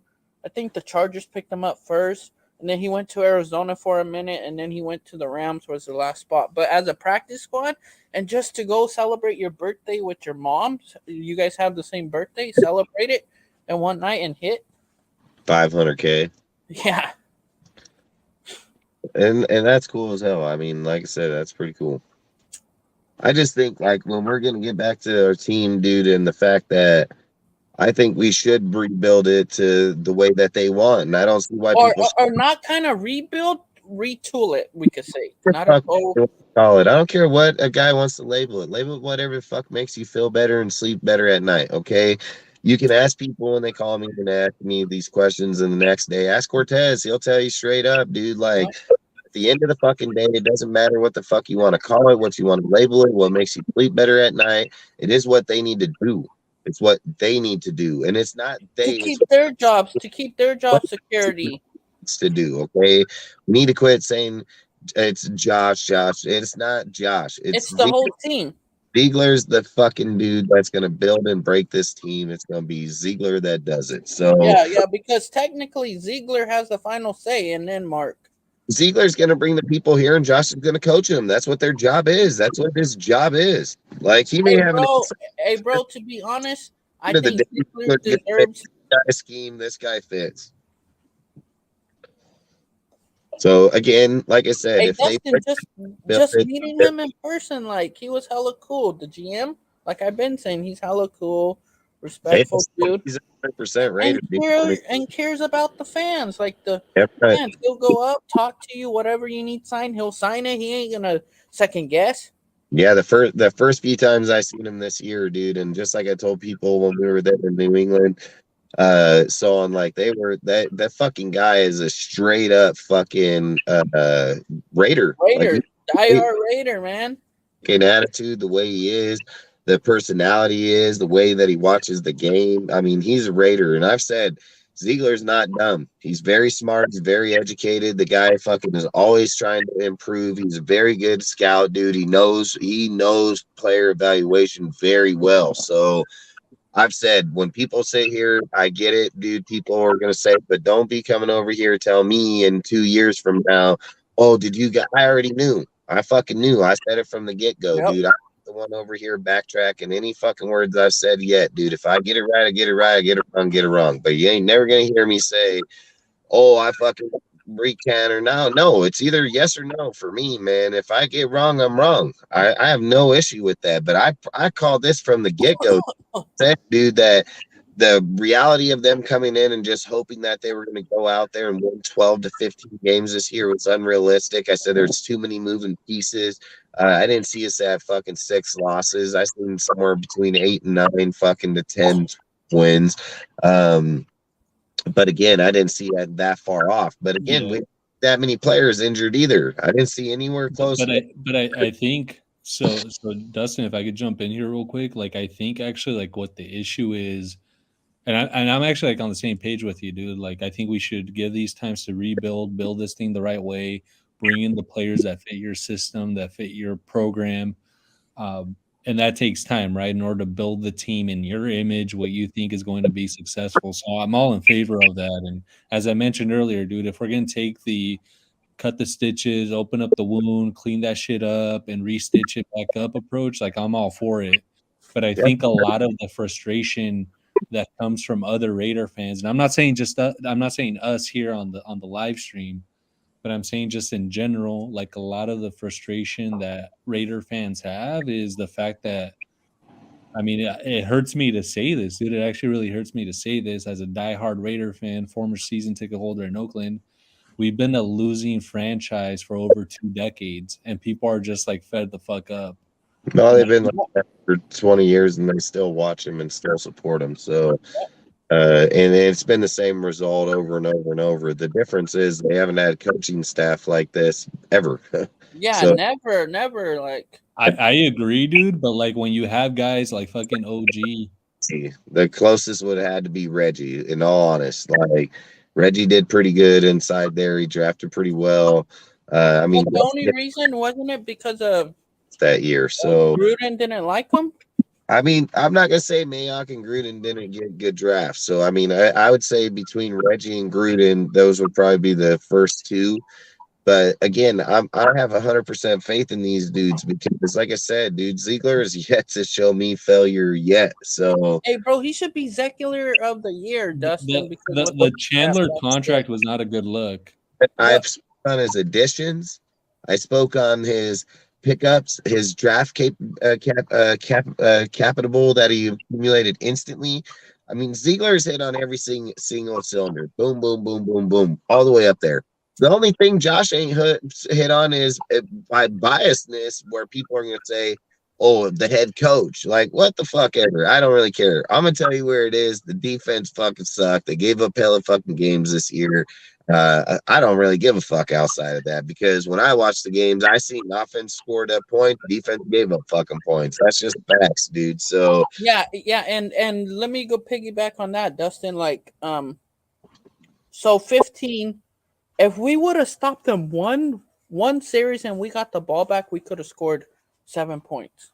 Yeah, I mean, won 15-2 games. Yeah. I mean, like I said, we could have just that bad, bro. Like they couldn't get one stop. Something for first in the division. So, and we were getting that with shit ass backups and shit ass UDFAs playing in the game. So, again, I'm not a biased ass evaluator. I'm not gonna sit here and be like, listen, there's a lot of shit I'm gonna say on here people aren't gonna agree with, but it's facts, dude. It's fact. I'm not gonna sit here and talk bullshit. I don't come up with hypotheticals. That's not me. I've literally been in debates with people on our own show about hypothetical fucking scenarios. I don't like them. I don't like when people get into an argument over hypothetical. It's non-existence. It don't even exist. You're putting a scenario in case and acting like it exists and then arguing that with somebody that's factual. It's not factual. It's not even true. It hasn't even happened. It's just a fucking falsified scenario. So I don't like that, dude. I don't like what ifs, any of these. I like what is, dude. Now when we're sitting here and we're talking about would they make a trade or would they do that? That's just, it's talking. It could be hypothetical in either which way. But there's no putting behind when you're talking about players. I mean, I said this about when they talked about Brady the whole time, that you can't put those in there. You're making fucking falsified claims. I've said this numerous times on our show, numerous times. Like, there are certain scenarios that is a hypothetical scenario where it has zero effect on any deal, especially like what we're talking about is either picking one or going draft. Like that's two different splits. We're not sitting here talking about some motherfucker's future or how he acts with his kid or how he acts in his house or what he does in his deal. Like, that's not what we're here to do. And that's not what we don't analyze that. And for people to analyze it, and again, I don't like when people make accusations on things, especially about kids when they don't have kids, dude. Like, that's a pretty big statement to be making when they never even raised one. So, like I said, I don't like those type of takes. I don't like them deals. When we talk football, we try to get to the most knowledge of where the team or where they're at. So, outside of that, I've said I think we're going to go in the direction of starting over for them. And I don't see a problem with it. I think Travis has got to do a better job coaching, and if he doesn't, he'll be his ass out of here just like fucking like Ziegler's not going nowhere. You can probably mark that shit. Yeah, man. I mean, I'm in the same boat. I'm rooting for these guys for sure. But with that, I gotta hit the sack, guys. I gotta get up like super early tomorrow and stuff. It's always great connecting with you, Dustin, Cortez. Wednesday or what? Yeah, Wednesday, right? Today's Monday. Yeah, Wednesday. Yeah, today's Monday, dude. So yeah, happy to connect on Wednesday. Should be able to roll through. Yep, just throw your 2 topics in. I'll hit you up, man. Like, yeah. I'll also text you, Dustin. So you'll see my number at some point. You text me just now. Is that you? What's up, dude? Did you put yo? Text me? No. I haven't texted you yet. Someone just texted me right now and said yo. It is, but we'll figure it out. It might be Cortez. Who knows? Yeah, I got this bull on. All right, Dustin. I'll be in the chat, dude. So feel free to keep on talking. I'll be listening to you guys. Peace out. Says what's strange is Raiders was doing well in 2020, 2022.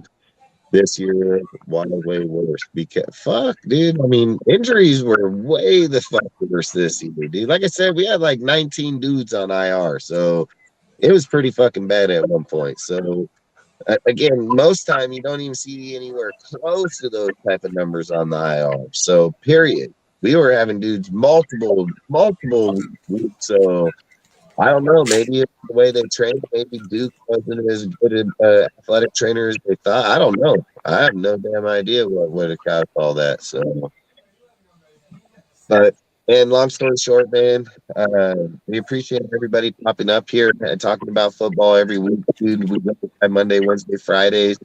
We try to have as much knowledgeable talk as we can.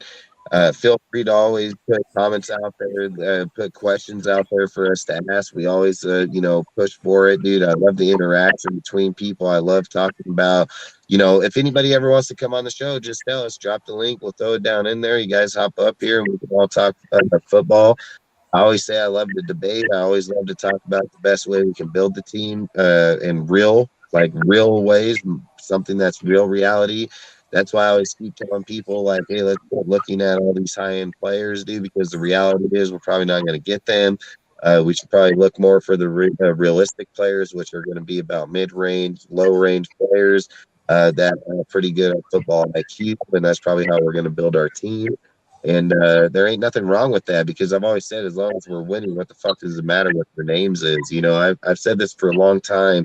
If a receiver's getting 800 yards as the number 2, what's the matter what his name is, as long as he's getting yards? If a receiver's getting 800 yards as the number 2. I appreciate all of you guys all showing up, man. We'll see you guys. Bro, I'm about to drop the Discord.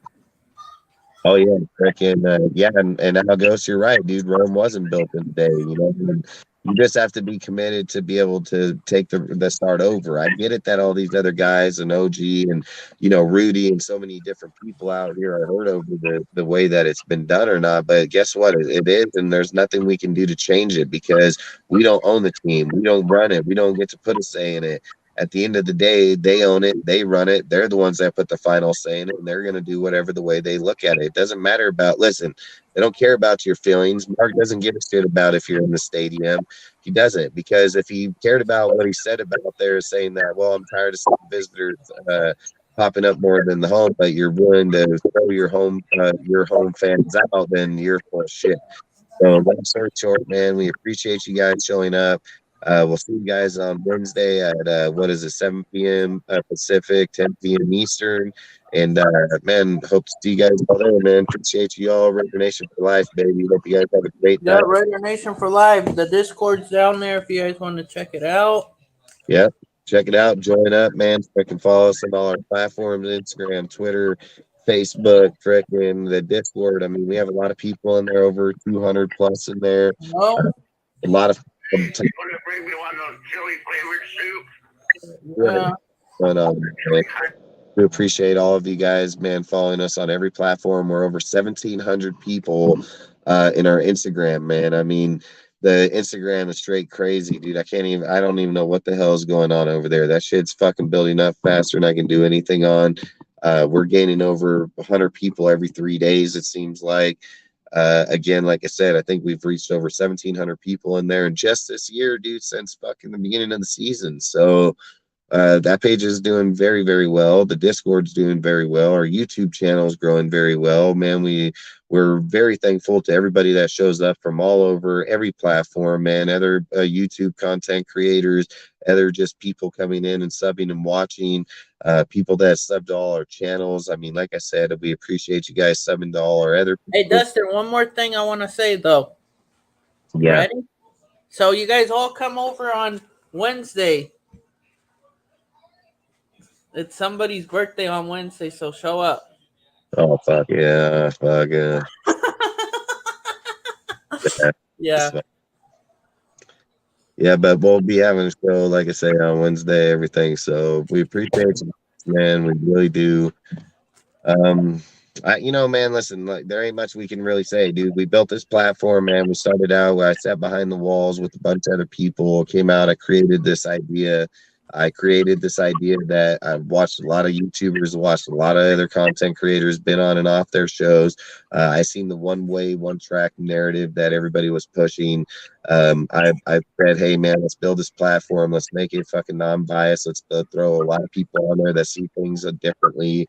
That way we're not all seeing the same thing. That way we can have a debate back and forth, still be friends at the end of the day, dude, and still be back here multiple times a week doing it over and over.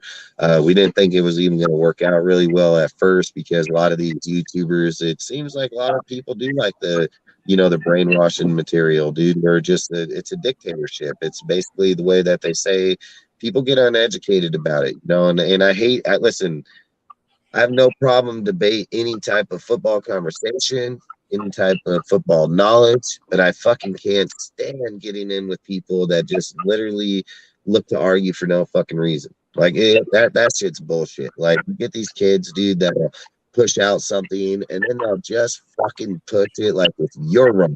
And I'm like, man, I'll slap the living shit out of you, dude. Like I hate when people do that shit. You're fucking up something I love, dude, and I care about a lot. So when I sit here and talk about it, I try to speak about it as truthful as physically possible, dude. And again, at the end of the day, it is my opinion, dude. But I have a very high IQ in it. I have a lot of insight in it. I have a lot of people that are across this platform, dude. I mean, like I said, I have a lot of people around there, and I don't try to just speak on shit to speak on it. I try to speak on it with as much knowledge as physically possible.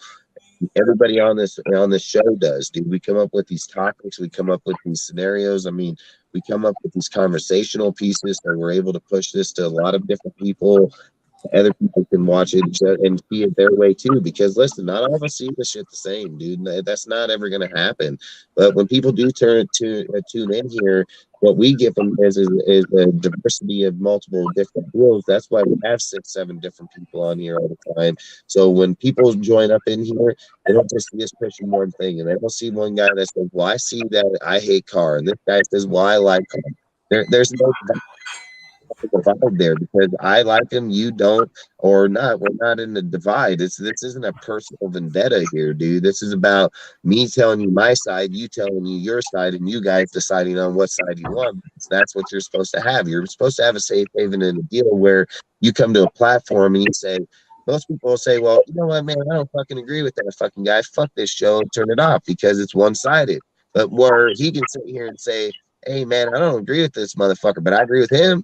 And you know what? I agree with this guy, and I kind of see what he's talking about now. But like, that's what you're doing. You're giving them a different type, a bigger size sample table, dude, to be able to say, okay, like, you don't just cut off because one side. You got 6 other dudes here that may see it differently. So, long story short, that's what I love about our platform, man. I love that everybody comes here. I love that everybody has their own takes on it, their own views on it. That's what this shit was built for. So we really do appreciate it, man. Yeah, exactly. I mean, like I say, Ghost, I mean, we come here with the most reasonable information that we can put out there. I'm going to say cut and dry when other people are going to sit here and build up these things. People know, man, I'm going to come out there and I'll say I do a lot of research, man, a lot of research. So if I speak on some things, it's truthful, and there's going to be times I may be off, but that's going to be very seldom. But at the same time, yes, we try to give the most knowledgeable information out there. And yes, we have seen Darren Waller's tattoo. He looks like a fool. Stupid hair or stupid tattoo. So long story short, man, we'll sit here and go back and forth for hours here if we keep talking about it. At the end of the day, we appreciate everything you guys bring to this platform just as much as we bring it to you guys. We really appreciate you guys supporting us, watching us. Like, again, say every single thing of our platforms and all. We will see you again on Wednesday. Until then, salute Raider Nation. I hope you guys have a great night, man. Peace out. Till then. Raider Nation.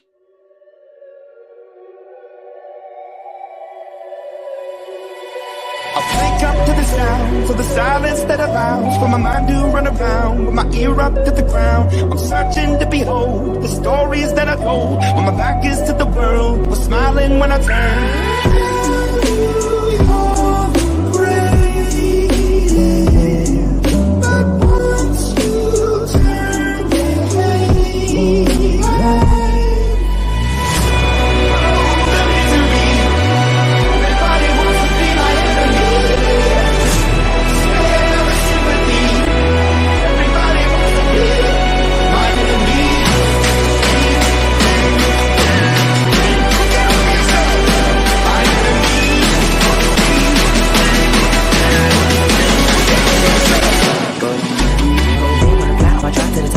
Thinking out the box, I'm an astronaut. I blasted off a planet, rock that caused catastrophe, and it matters more because I had it. Now I had a thought about wreaking havoc on an opposition, kinda shocking. They want a static with position. I'm automatic, quarterback, I ain't talking shit.